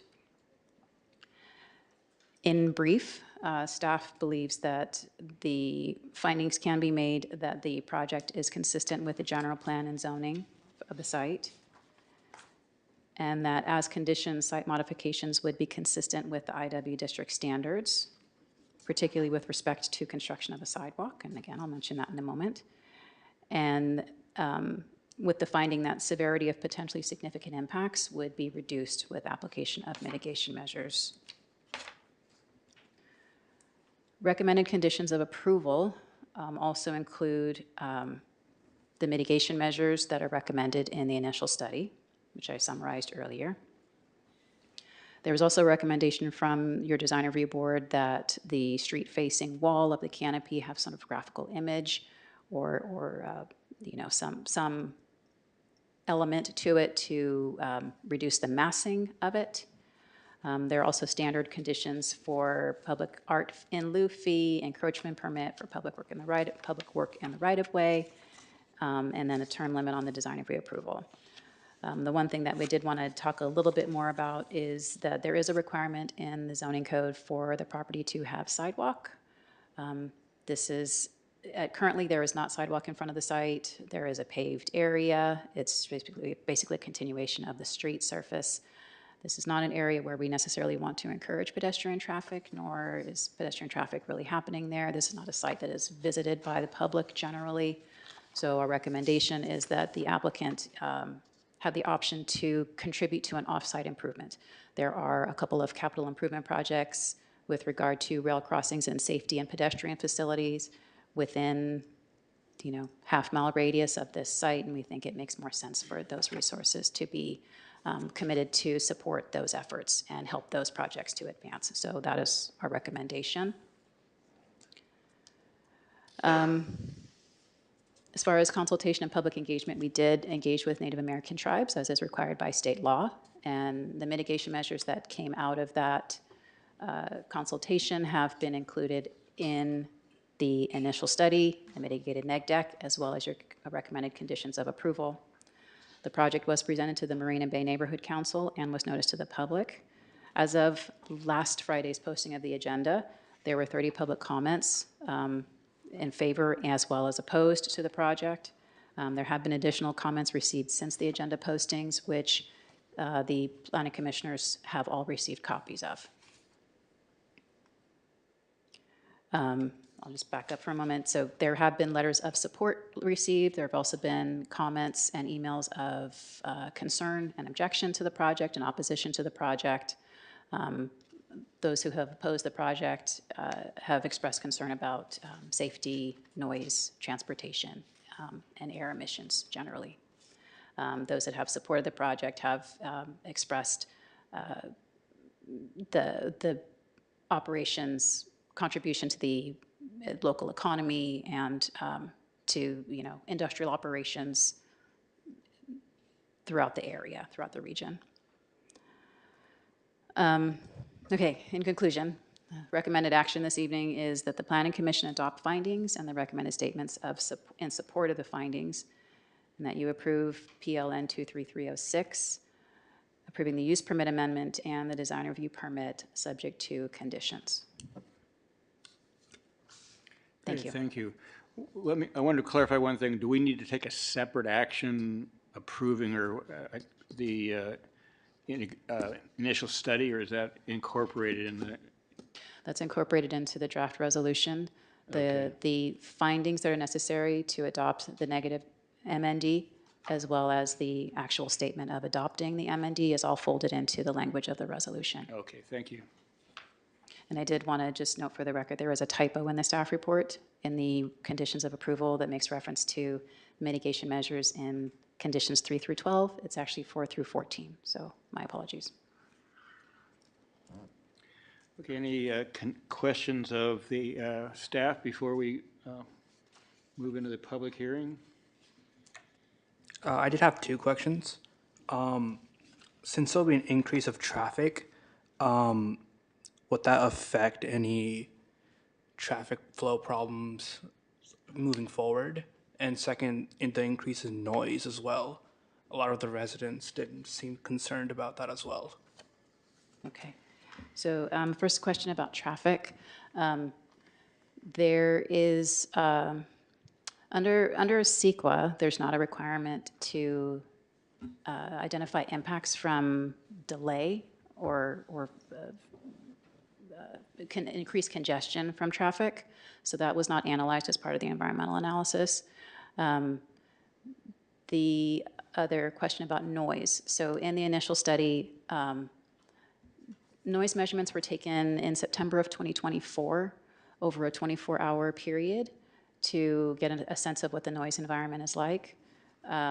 What the initial study concluded is that noise basically at the site is very loud, but when it's measured at the point of the nearest receptor, nearest sensitive receptor, which typically is like a school or a residence, the distance from the site to those sensitive receptors, in that distance and with all of the buildings and whatever else may be in between, the noise generated at the site dissipates enough that it doesn't exceed thresholds at the point of those sensitive receptors. Okay, thank you. I also did have one more question. Since the facility is increasing its capacity, wouldn't it be increasing the emissions that it's producing as well? And is that still low or below the threshold that you guys determined that? Yes, it is going to increase emissions. It would be below the threshold of significance. Okay. And what is that significance? It's in the initial study, and I'm sorry I don't have page numbers, but I can probably find it very quickly if you need me to. But in the air quality section of the initial study and the greenhouse gas emissions section of the initial study, there are tables that list each emission, fugitive dust, toxic air contaminants, reactive gases, and they include the air districts, the Bay Area Air District's threshold of significance for that criteria pollutant.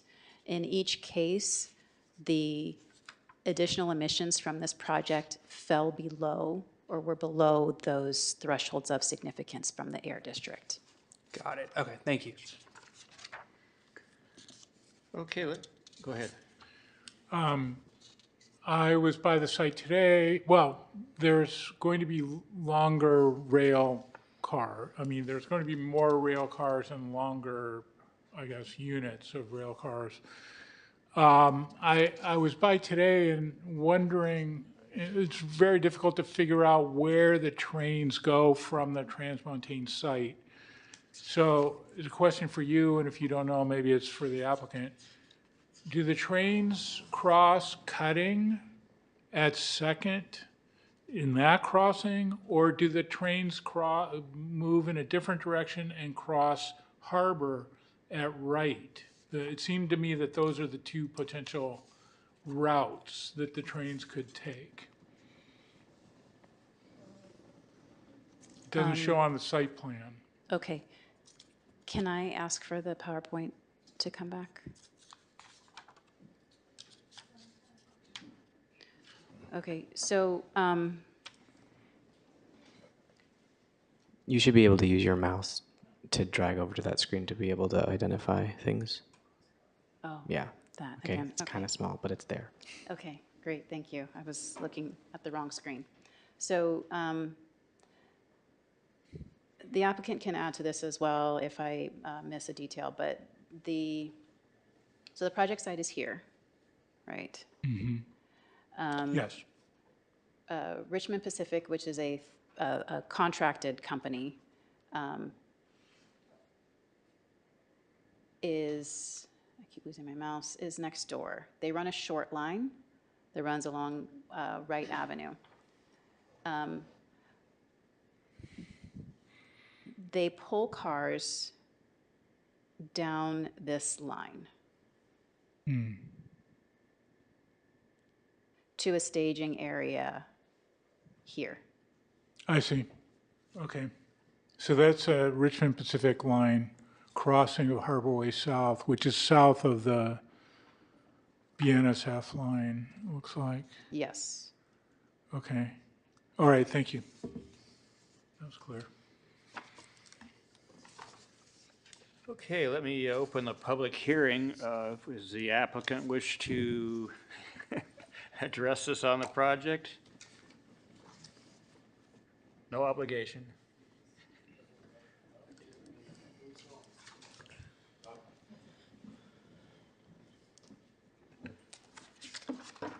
Good evening.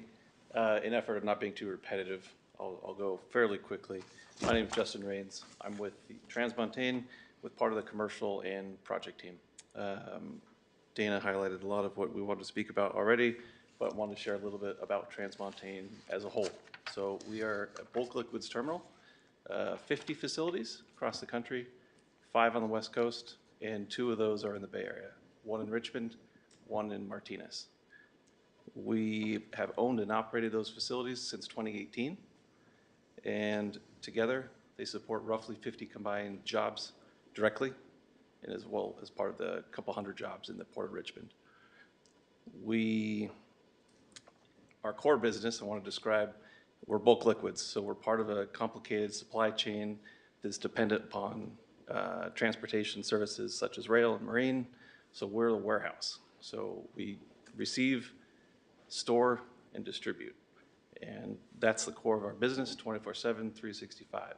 So the other component that we want to make sure is highlighted is this group of assets is really important to the energy transition effort. So we are a large player in not only renewable diesel, but ethanol and renewable feedstocks. And investment in this type of infrastructure is really critical for market supply, reliability, and safety at the end of the day. So thank you for your time. Okay, thank you.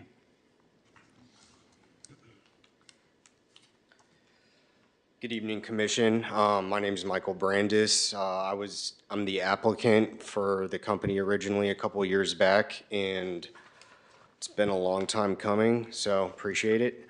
But Dana did a great job. We've worked together a lot through over the last couple of years, so she knows this project inside and out. And just again wanted to stress that this truly is, our site's very old, and it's a modernization project truly for the site that we do feel will help make things.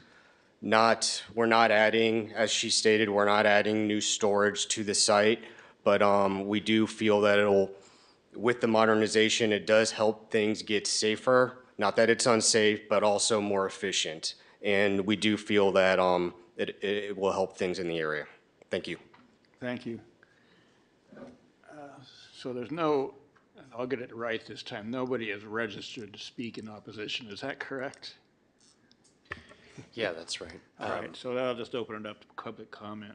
Yeah, the procedures create a distinction, but that would require us to know ahead of time who's Yeah, for and against. But I'd forgotten that part of the procedure, but now I recall. We just take public comments as they come. So yeah, at this point, are there any public comments? Yes, we have 8 public speakers. We will start with Richard.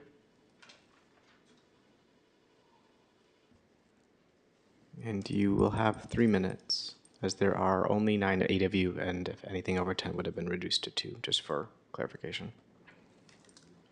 Good evening, Chair and Commissioners. My name is RJ. I've worked with Transmontane Richmond Terminal for just over 4 years. I'm a rail car operator, and this project will help create jobs in both our terminal and our local economy. I've been able to build a career with Transmontane, and I feel like I'm part of the Richmond community. This project will also help local jobs in our community. The terminal has been around for decades, and this project will help improve our existing facility. Thank you for your time, and we hope that you approve this project. Thanks. Thank you. Next, I have Vincent Clayton Francis Jr. Felt like fun to give you your full name there. Oh, my bad. Good evening, Chair, Commissioners. My name is Vince, and I worked at Transmontane Richmond Terminal for about 3 years. I'm involved in offloading rail cars and believe this project will be a great investment for our terminal in both community and me personally. Transmontane has allowed me the opportunity to build a career so I can support my family, and here are a lot of opportunities to grow with this company as they invest in their workers. This project will also support local jobs in our community, like local restaurants, contractors, and maritime workers. I appreciate all your time tonight, and we ask you guys please approve this project. Thank you. Next, we have David.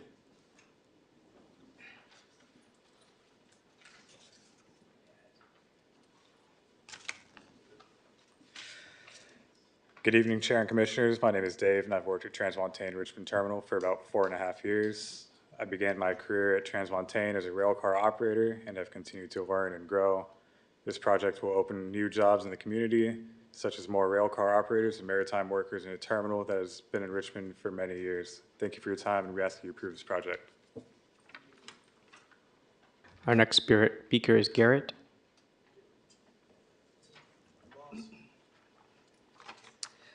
Good evening, Chair and Commissioners. My name is Garrett, and I've worked at Transmontane Richmond Terminal for just over 5 years. During that time, I've built a stable career that allows me to support my family. I have been given plenty of opportunities to grow in this company. I'm currently enrolled in our Terminal Management Development Program, which involves traveling around the country to learn all aspects of the industry, including environmental, safety, and business training. I've been able to grow immensely in my role, and I know that I am invested in a company that wants to continue investing in its employees. I am proud to work at this facility that has been a part of the waterfront for many years. Like any long-standing facility, it takes a lot of ongoing maintenance and upgrades to keep operations safe and reliable. This project is focused on improving our existing infrastructure so the terminal can continue to operate responsibly and efficiently in the future. Projects like this also help support jobs for people who work at the terminal and throughout the waterfront, including operators, maintenance workers, contractors, and maritime workers. I appreciate the opportunity to speak tonight, and I respectfully ask for your consideration, and support. Thank you for all of your time. We ask that you please support this project. Our next speaker is Justin.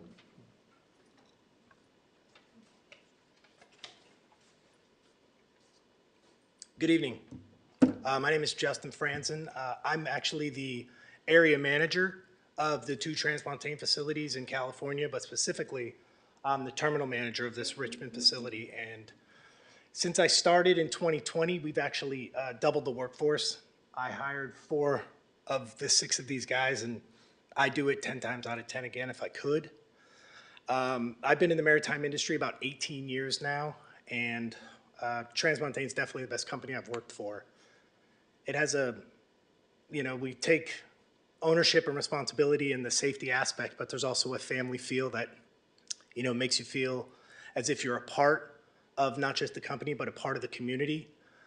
Like I said, in 2020, when I started, Michael Brandis, who was one of our speakers here, started a major renewable feedstocks project where instead of turning crude oil into gasoline and diesel, we're turning cooking oil and recycled waste from fried food and soybean oil into renewable diesel, which is the future green energy. And in bringing those projects in, we doubled the workforce. So in doubling the workforce, not only did we add 9 very well-paying, honest jobs, we've also brought, dozens of my employees to Richmond, who we run 24/7, 365, every holiday, no matter what.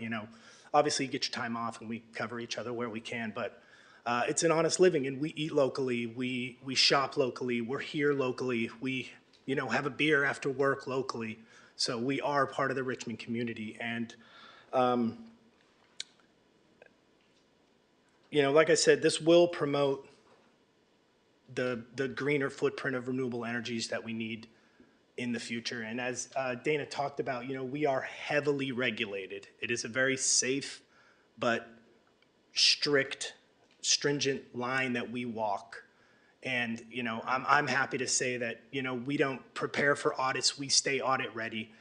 Garrett said, he's in the manager's development program where we promote our succession plan from within. So, he will, it's not an if, it's a when. He'll be the terminal manager. And, the past 2 years, he's not just been by my side in the audits. Sometimes I take a back seat and let him take the front seat of the audits to learn and be ready for those. And I'm happy to say we have 0 NOVs and 0 findings, and we've successfully had dozens of audits that have been successful with state, local, and federal agencies over my 6 years. And had a state lands audit 2 days ago that went great, and planning for more to come. So I hope you guys will review and see that this is great for the community and improve our plan.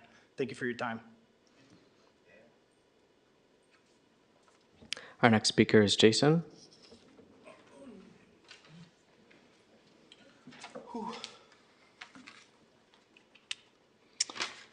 Good evening, Chair and Commissioners. My name is Jason. I've worked at Transmontane Richmond for 18 years. During that time, I've also built a career that allows me to take care of my family and live in this area. I'm proud to work at the facility that has been a part of the waterfront for decades. Like any long-standing facility, it takes ongoing maintenance and upgrades to keep operations safe, reliable, and up to current standards. This project is focused on existing infrastructure, improving existing infrastructure so the terminal can continue to operate responsibly and efficiently for many more years to come. Projects like this also help support jobs for people who work at the terminal and throughout the waterfront, including operators, maintenance workers, contractors, and maritime workers, along with revenue for the city. I appreciate the opportunity to speak tonight, and I respectfully ask for your consideration and support. Thank you for your time and consideration. We ask that you approve this project. Our next speaker is Jonathan. Good evening, Chair and Commission. My name is Jonathan Nemi, and I've worked at the Transmontane Richmond Terminal for 26 years. I started in this industry as an entry-level employee, and what began as a job turned into a career. This work has allowed me to support my family and build a life here in the neighboring area. When I hear discussions about projects like this, I understand that some neighbors may have questions or concerns. If you live nearby, things like noise, traffic, property values matter. They would matter to me too. From where I sit, though, this project is about improving and modernizing an existing facility that's been a part of Richmond's waterfront for a long time. Facilities don't stay safe and efficient by standing still. They need ongoing investment, updated equipment, and improvements to meet today's standards. I see firsthand how much responsibility goes into operating a facility like ours.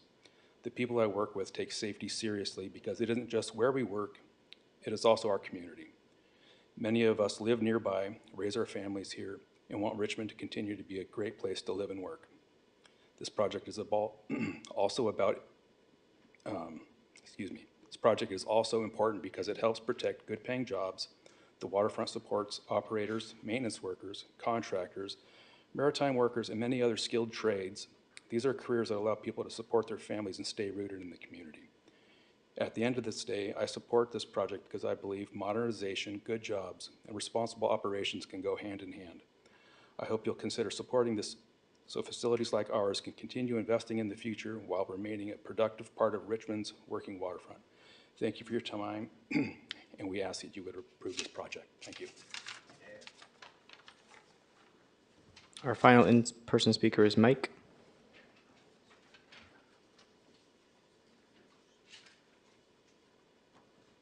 Good evening, Commissioners. My name is Mike Irwin, and I'm the California Port Captain for Bain Brothers. Bain Brothers operates tugboats and barges that support maritime transportation and fuel logistics throughout California's waterfront and port communities. Bain Brothers has provided maritime transportation services for more than 125 years and serves major ports across the United States. I'm here today in support of the initial study and mitigated negative declaration for the Transmontane Richmond Terminal Modernization Project. California's clean fuels future depends on more than production facilities. It also requires modern marine terminals and transportation infrastructure capable of receiving, storing, and distributing renewable fuels, renewable fuel feedstocks, sustainable aviation fuel components, and other lower carbon energy products. Bain Brothers itself transports renewable fuels and renewable fuel feedstocks as part of our operations. Modernizing existing terminals helps improve efficiency, strengthens supply chain reliability, and supports environmental goals while continuing to utilize established waterfront industrial sites that have served maritime commerce for generations. The environmental review demonstrates that this project can move forward with impacts reducing to less than significant levels. I respectfully encourage the Planning Commission to approve the mitigated negative declaration and support continued investment in Richmond's working waterfront. Thank you. Are there any speakers online who wish to speak this evening? If so, please do so by raising your hand. Seeing none. Okay, so that means I get to close the public hearing and bring this back to the commission.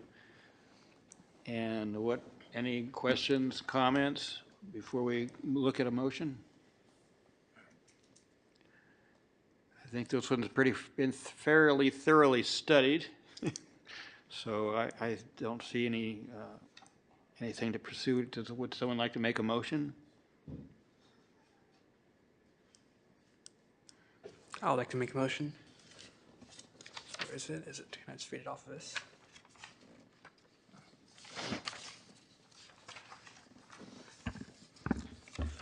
I would like to make a motion to adopt Planning Commission Resolution 26-13, accepting the findings therein and approving an amendment to a conditional use permit, CU 91-35, as amended by PLN 17266 to allow on-site rail extension, a new truck loading canopy, and associated stormwater and product piping improvements at 488 Wright Avenue, PLN 23-306, subject to the conditions of approval. Would anyone like to second that? I hope so. I will second. Okay, we have a motion and a second. Could we have a roll call, please? I'll take roll. Chair Harrison? Yes. Vice Chair Burbaker? Yes. Secretary Timmons is absent. Commissioner Golovitz? Yes. Commissioner Shaid? Yes. Commissioner Benitez is absent. The item is approved. Great, thank you. Just a point of order. In the past, I've seen that EIRs and initial studies need to be certified before, I know that's kind of rolled into the resolution here, but is that, it feels to me like that's an important step that needs to be stated as we approve a project. So I'm just talking about this as for the future. Thank you. Yeah, I think we'll work with the city engineer's office to continue to ensure that the motion that's in front of you is, not just reflective, but inclusive of all the actions that you're taking in a meeting. Thank you.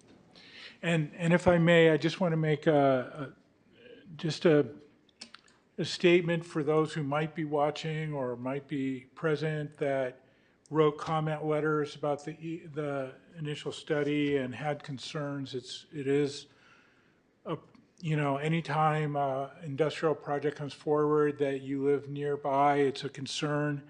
I would say that in my experience, this has been a very well-studied project. I thought the staff report was excellent. And I think that the overall presentation was good as well. So that it was a very convincing project moving forward. I would also state that it makes it easier to approve this because there's not an expansion of storage here. It's just more of a motion, additional movements. So anyways, I'll stop there. Thanks. All right. Thank you all very much, and then good luck with getting your project through the next hoops. I'm sure you've got a few more to go. Okay, I guess we can move on to item, what was 3 is now 5. Yes. I will again present Dana Ayers with MIG, who will present on Cascade Townhomes. I will note for the commission that your meeting can run up until 10:30 p.m., at which point you would then be asked to make a motion to either hold over the item to another date, if necessary, to continue. Okay, well, we'll move fast if we can. You said 10:30, Avery? 10:30. Speed on this. Good job. And Dana, is there anyone online for No. this project? Okay, thank you. Okay. Hello again. Still here. Okay, so the next item before you this evening is the PLN 24350, 5620 Central Avenue Cascade Townhome Project. There are a lot of slides here, but I'll try to go through them rather quickly because it is late. The recommended action this evening is to review the project, accept public comment, and to approve PLN 24350, approving the design review, tentative map, and zoning waiver requests, subject to conditions. So the project proposal consists of a request for a tentative parcel map, essentially to create 47 townhome units with 100 parking spaces, 94 parking spaces, that's an error, 94 parking spaces, 2 for each unit, and 6 parking spaces shared amongst the facility, all of the units. There's a 17,000 square foot landscaping area in a central location as well as around the site, and a central recreation area with a top lot. Okay, so just highlighting a few statutes regarding this project. The project does apply, Senate Bill 330, which is the Housing Accountability Act, essentially says that only objective standards can be applied to the project. The project also is subject to CEQA, the California Environmental Quality Act. However, it is eligible for an exemption from CEQA pursuant to a recent state law that was adopted in July of '25. The project is also allowed to, entitled to compliance with, or the provisions of density bonus law, which allow it 1 concession and 10 waivers. I'll discuss that more later. And it is also subject to compliance with the no net loss provisions of California Government Code. Again, I'll talk about those later. The required permits for this project include the design review permit, the tentative map to subdivide the site for condominium purposes, as well as the zoning waiver for a creek setback.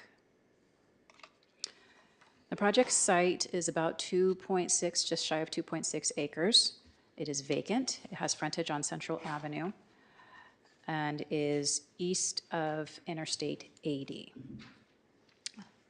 There is a concrete channel that runs along the eastern border of the site, and other frontages on Central Avenue and San Mateo Street to the west.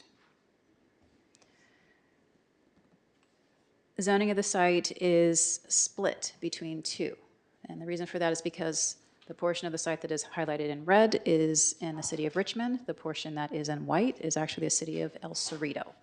So the property spans two different zoning districts and two different municipalities. Within the city of Richmond is zone CR, regional or commercial, and within the city of Richmond, it is zoned transit-oriented, high-density mixed use because it is proximate to the transit BART station. Within the city of Richmond, the general plan designation is regional commercial. Surrounding uses are residential, commercial, and public and recreational, consisting of a park across the street to the north, which you see in green there. The project is also a pipeline project site within the Richmond housing element, which means it was identified, the site is identified as a potential housing opportunity site. It had previous entitlements for many more units. The proposed project is about a quarter of what was previously entitled and assumed in the housing element. So again, we'll deal with that with the no net loss discussion. Okay, so the tentative parcel map would create two parcels, one for purposes of development for condominium purposes, and parcel two, which would remain undeveloped. Parcel one is the larger parcel shown in this peachy color, and parcel two is the drainage channel. There is also proposed a right-of-way dedication along the frontages of the site, along Central Avenue as well as San Mateo Street. And this is related to the I-80 Central Interchange project. I won't go into a lot of detail about it, but the interchange project is a multi-jurisdictional effort to improve traffic flow and safety around Central Avenue near the I-80 interchange. It includes street widening, there's a bus pullout and bus stop on Central Avenue, as well as sidewalk improvements, wider sidewalk, and street trees for a safer and more comfortable pedestrian environment. This project, the I-80 interchange project, is separate, is being managed, performed, conducted, overseen by the public agencies, but because the site is within the sort of parameters, the boundaries of this, the I-80 interchange project, they do interface with each other. So I wanted to include this slide just to indicate how this right-of-way dedication relates to the I-80 interchange project on the Central Avenue and San Mateo Street frontages. So you can see that purple area accommodates the bus pullout as well as the pedestrian improvements along those, the north and western property lines of the project site. So that's just a little bit of context there.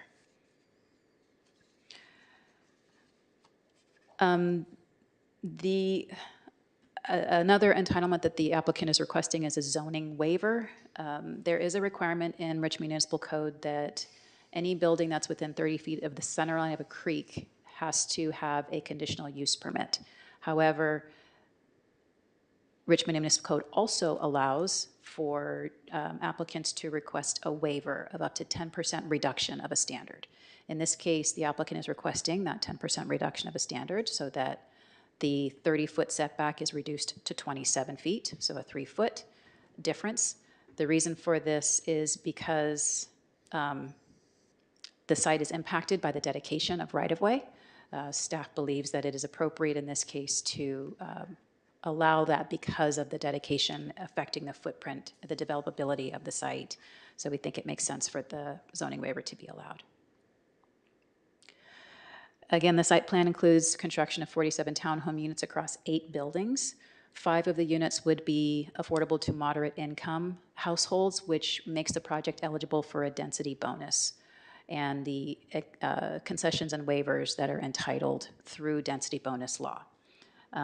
One comment I do want to make note of while we're looking at the site plan is that the tentative map that was submitted with your planning application, planning packet, your staff report packet,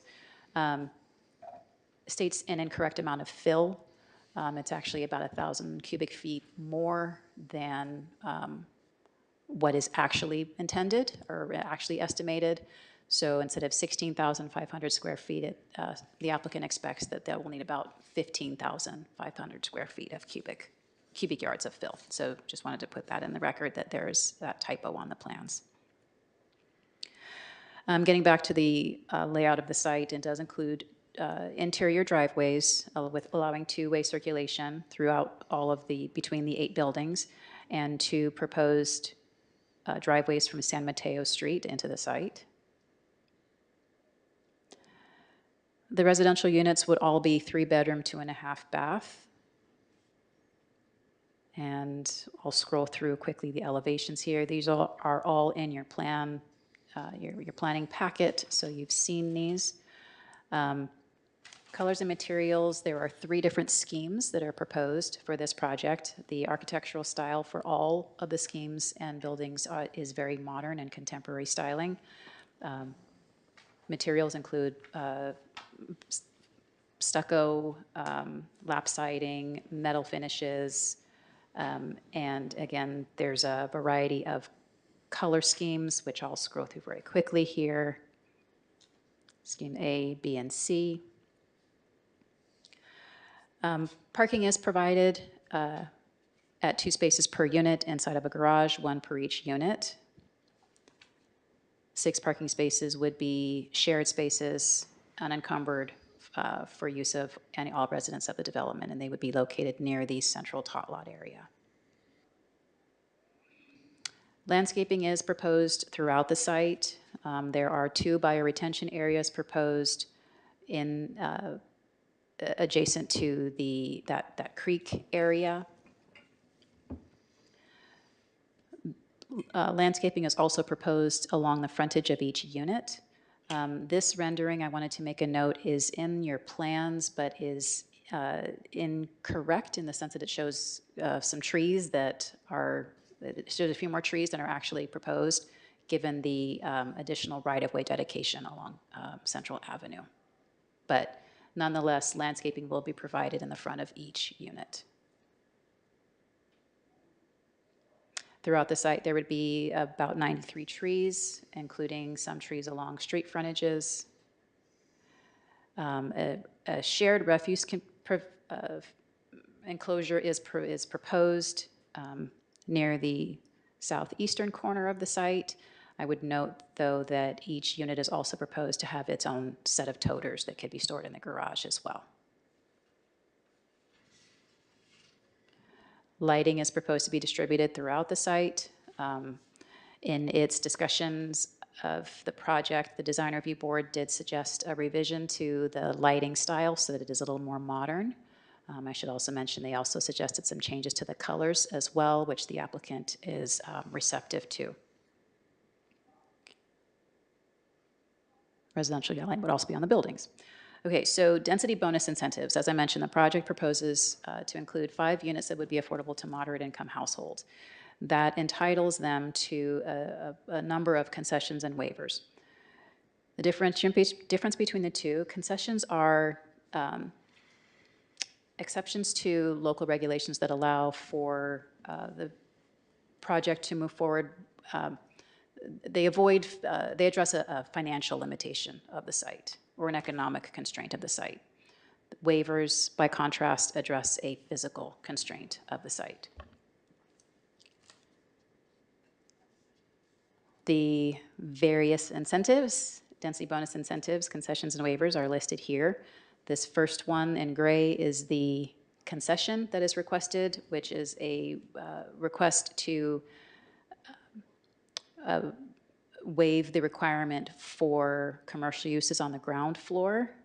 This would allow the ground floor to be occupied by residential space and garages. This, again, is necessary to make the project financially feasible. The other standards that are listed here in this table in blue are all waivers, which are physical constraints that the applicant is requesting to accommodate the development, including setbacks of individual lots, length of building, ground floor transparency. All of this is enumerated further in your staff report.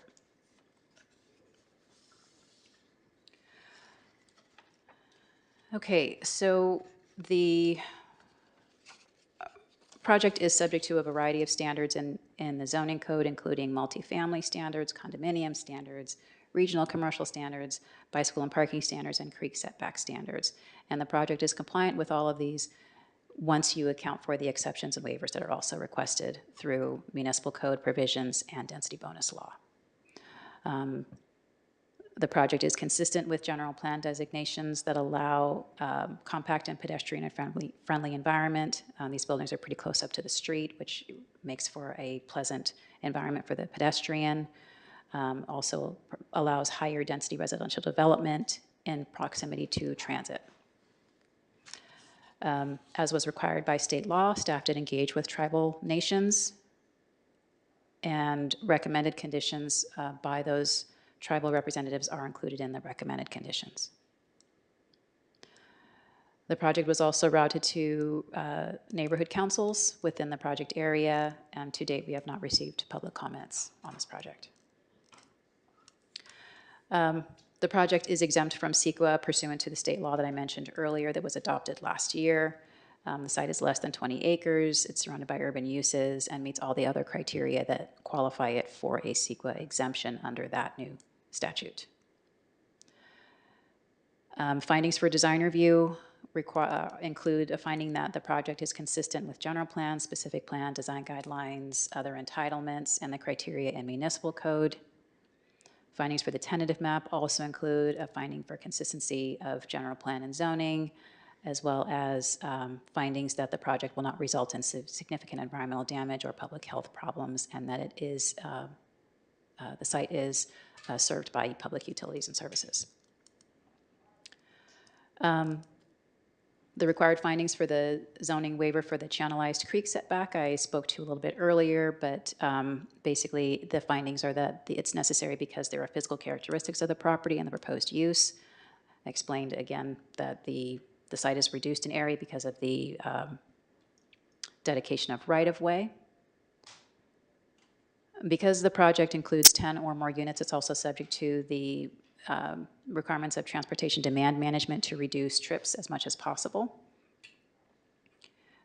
Again, staff believes these findings can be made as is enumerated in your recommended resolution. Your findings for no net loss. Okay, so net loss is a statute of California law that basically says that if you cannot reduce the density of a site without finding alternative sites somewhere else. So in this case, this particular site was identified in the housing element as accommodating 393 units, I believe, because that was the entitlement that was effective when the housing element was prepared. Obviously, 47 is less than 343, which means that the number of units that are actually going to be built here is less than what was anticipated in the housing element. And so because of that loss, the city has to make an additional finding that with that loss, there are other sites throughout the city that can either be rezoned or are already currently zoned to cover the deficit between the current proposal and the projection of the housing element. In this case, staff believes that this finding can be made. There are, in your Hilltop area, there's a large number of units projected, which would cover that gap between the housing element projection and the currently proposed project.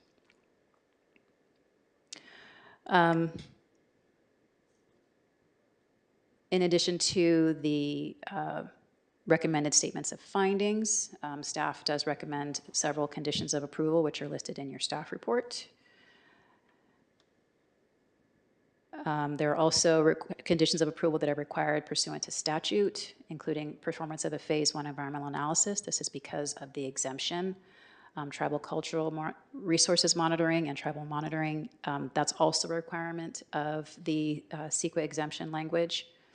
The right-of-way dedication and construction of public improvements. The applicant has already proposed the right-of-way dedication. Staff recommends that a condition be imposed on the project that requires the developer to construct the frontage improvements if the city's process lags behind the construction of the development itself. If the city's process happens first, the city will construct those improvements. If the development occurs ahead of the city's schedule, then the developer would be required to build the improvements, but could request credit against payment of their traffic mitigation fees.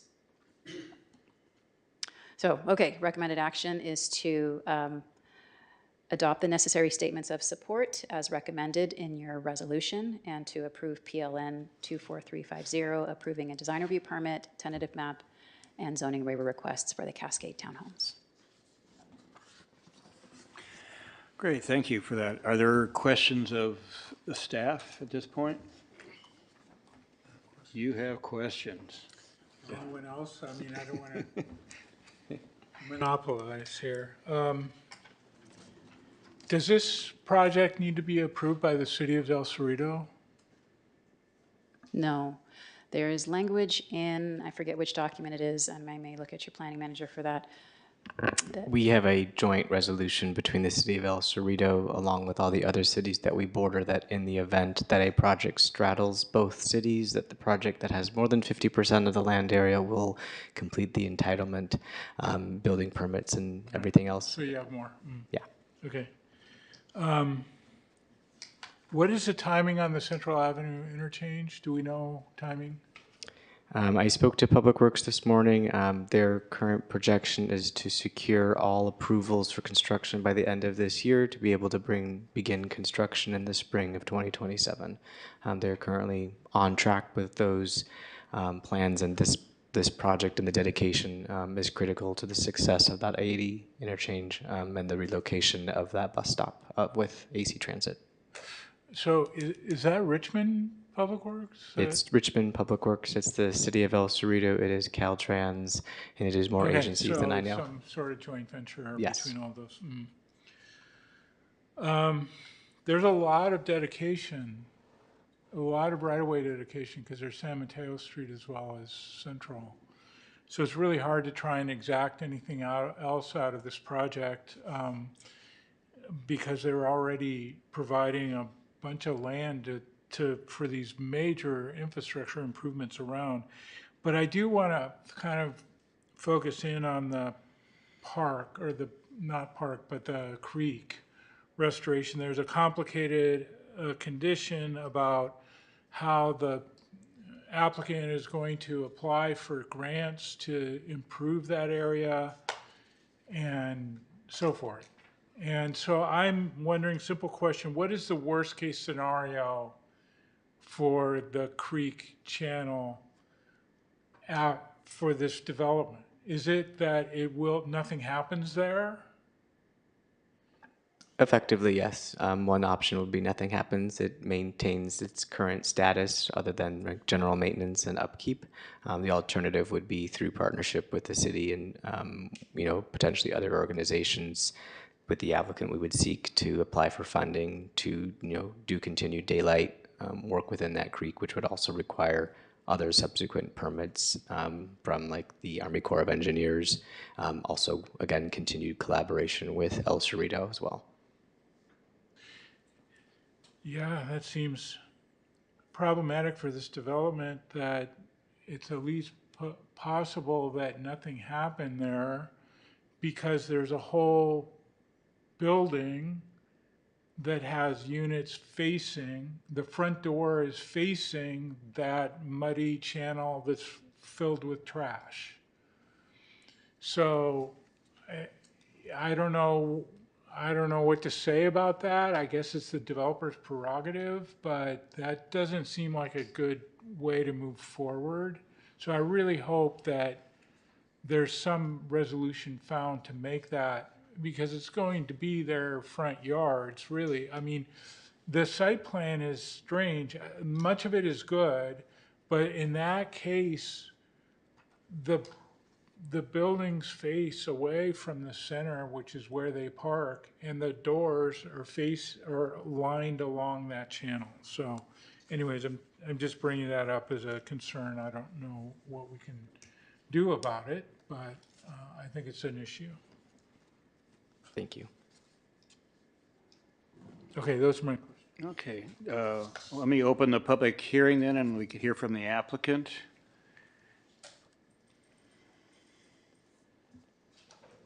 And Jean, we also have Kimberly who's on the Zoom, and I don't know if there's anyone else. I think Doug is also here if you promote him. Okay. Good evening, planning commissioners. As Avery had mentioned, we have Kimberly Kalika from our office on the line as well, who did a lot of the planning on this project, and Doug Cummins, who's the architect, if you have any specific questions, but happy to answer them. Thank you, Dana, for the presentation. Appreciate it. I've been with AMG for 20 plus years. I've worked on this project for 10 of the 20 years. It's just unfortunately one of those projects that has morphed through the years. I think I first got it approved in 2015 and then again in 2019, as you saw in the staff report, like 3-4 different times. And so we're just trying to evolve with the times. It's Bay Area mud there, so it's difficult from a structural foundation standpoint. That's why you kind of see a lot of the import. It's 4 feet into the flood zone. There's the channel, there's the water board, there's this ongoing dedication. So there's like a lot of constraints with this site that have been kind of a challenge for us. And so we're hoping that, and the strange condition that you see, which I agree, it's written in a unique way for a resolution, is kind of just a negotiation that we did with the city previously and kind of now, probably in addition, because of the additional dedication that we're giving. We're not asking for city money. There is a credit. I'm a bit concerned that the credit that we're asking for, that we would be asking for if we had to do it, is not enough to offset it. So hopefully the city project does happen next spring, because that would be great for everyone. And I think it's a great project. I know the city and all the various agencies have been working on it. We did review the conditions. I was kind of reviewing everything line by line again. I just had a question probably for Dana and Avery. There is a condition in the resolution on page 9 of 19 that says cross-jurisdictional review, where the first application for a building permit for the project must be routed to the city of El Cerrito for conformance review. And just my question on that is, building plan check is quite expensive for any project. I just want to make sure, would there be any fees or just like a cursory review? I just want to get some clarity on that. It would be a cursory review. Again, the goal is just to give them the opportunity to see it. It's not like an official building code analysis that they would be providing, but just to ensure that they're aware of anything. That they're aware, yes. Okay, yeah, that's great. Thanks for the clarification on that. But yeah, I'm here to answer any questions that you may have about the project, and thank you for your consideration. Great. Any questions for the applicant? All right, thank you very much. And do we have any other speakers, Avery? Yes, we have one speaker in the audience, Cordo Handler.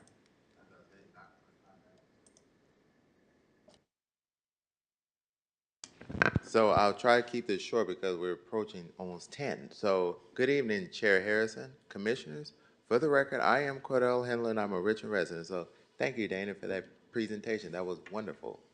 So as I was looking at the project, and I'm like, as far as like public comment from the neighborhood councils, I did attend the RNCC meeting monthly, and every time when projects come forward, it's like that was one of them. The just remember, Cascade Townhomes. Ooh, I was just about to blank on that. So I do like the project, but I think that as I spoke with the president of Richmond Annex Neighborhood Councils, they had similar concerns, and I'm like, if the project is feasible, I'm thinking like it's wonderful and it would generate revenue into the city. So I'm thinking, a part of me says go for it, another part says yes, but you also got to figure out, get the input from both neighborhood councils, which I know I speak with them on a monthly basis. So I do like the project, and hopefully we'll get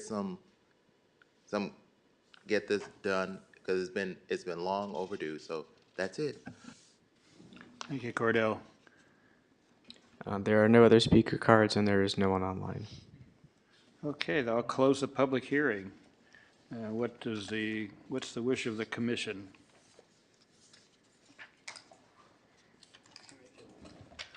Seems like we're ready. There's no other questions for staff or the applicant. I'm exhausted. I have no comments.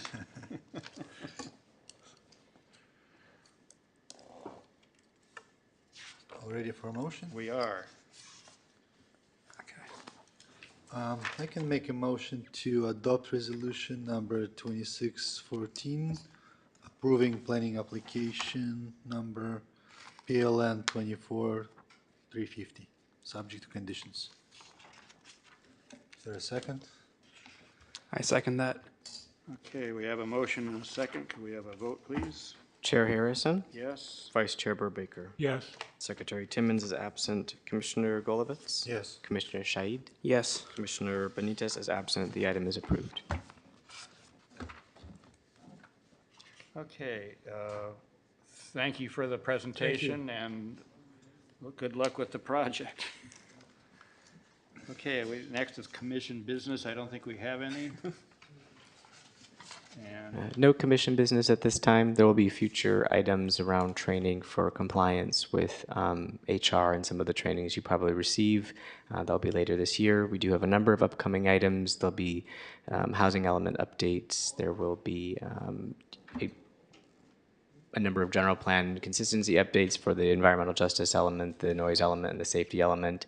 And we'll continue to bring projects forward to the Planning Commission. So thank you very much for your time this evening. We appreciate it. Could I just ask you something that's kind of been on my mind a lot, as you know, where projects are zone or general plan designation for a bunch of units, developers come in and do a half or less number of units. This is one. Marina Point's another. Terminal 1, I don't know what's going to go on with that, but whatever, that wants to do that. And the solution to the housing element is to just push everything onto Hilltop. No, not necessarily. Currently, for any of our sites where there's a no net loss, the solution isn't necessarily Hilltop. For Marina Point and for this project, the city will be undergoing a no net loss analysis to identify what needs to be accounted for, and then identifying sites that have not been identified currently or sites that we think are right for redevelopment. The city has intentionally not included the Hilltop specific plan as a landing place for any of the most recent projects that have had no net loss result of the project approval, because the Hilltop also has shared responsibility and dedication from the Hillside Ordinance that requires a number of units to be built there as well. So the city wouldn't inherently place them there, but as we go through the update and the audit of our housing element in our site inventory, would release an updated site inventory identifying the new sites that have been selected to account for the deficit. But currently it is not our intent to just dump things on Hilltop. It is important that we conduct our audit, for which we will have 6 months to do, and then report back to the state for compliance with our housing element to maintain certification. And you said housing element update is going to be, that's a ways away, right? Housing element update is a ways away, but we recently you had the housing element phase 1 that you had heard from Kylie with EMC, and so that was recently adopted by council, which really laid the foundation for a number of the code requirements that we needed to complete. Right. So phase 2 of the housing element update will be really more focused around programmatic updates, programs, and offerings of services that kind of blend between the Housing Authority, the ROC, and other community agencies. So there's still more to come in terms of implementing and making that actionable. But that's not an update, that's just cleanup. Right? Yeah, that's just cleanup. Okay, thank you. okay, thanks everybody for being here. It's good to have a quorum for these meetings, and they aren't all going to be as fun as this one, but I hope you all continue coming because we've got a lot of work to do. So with that, meeting's adjourned at 9:49. Good job.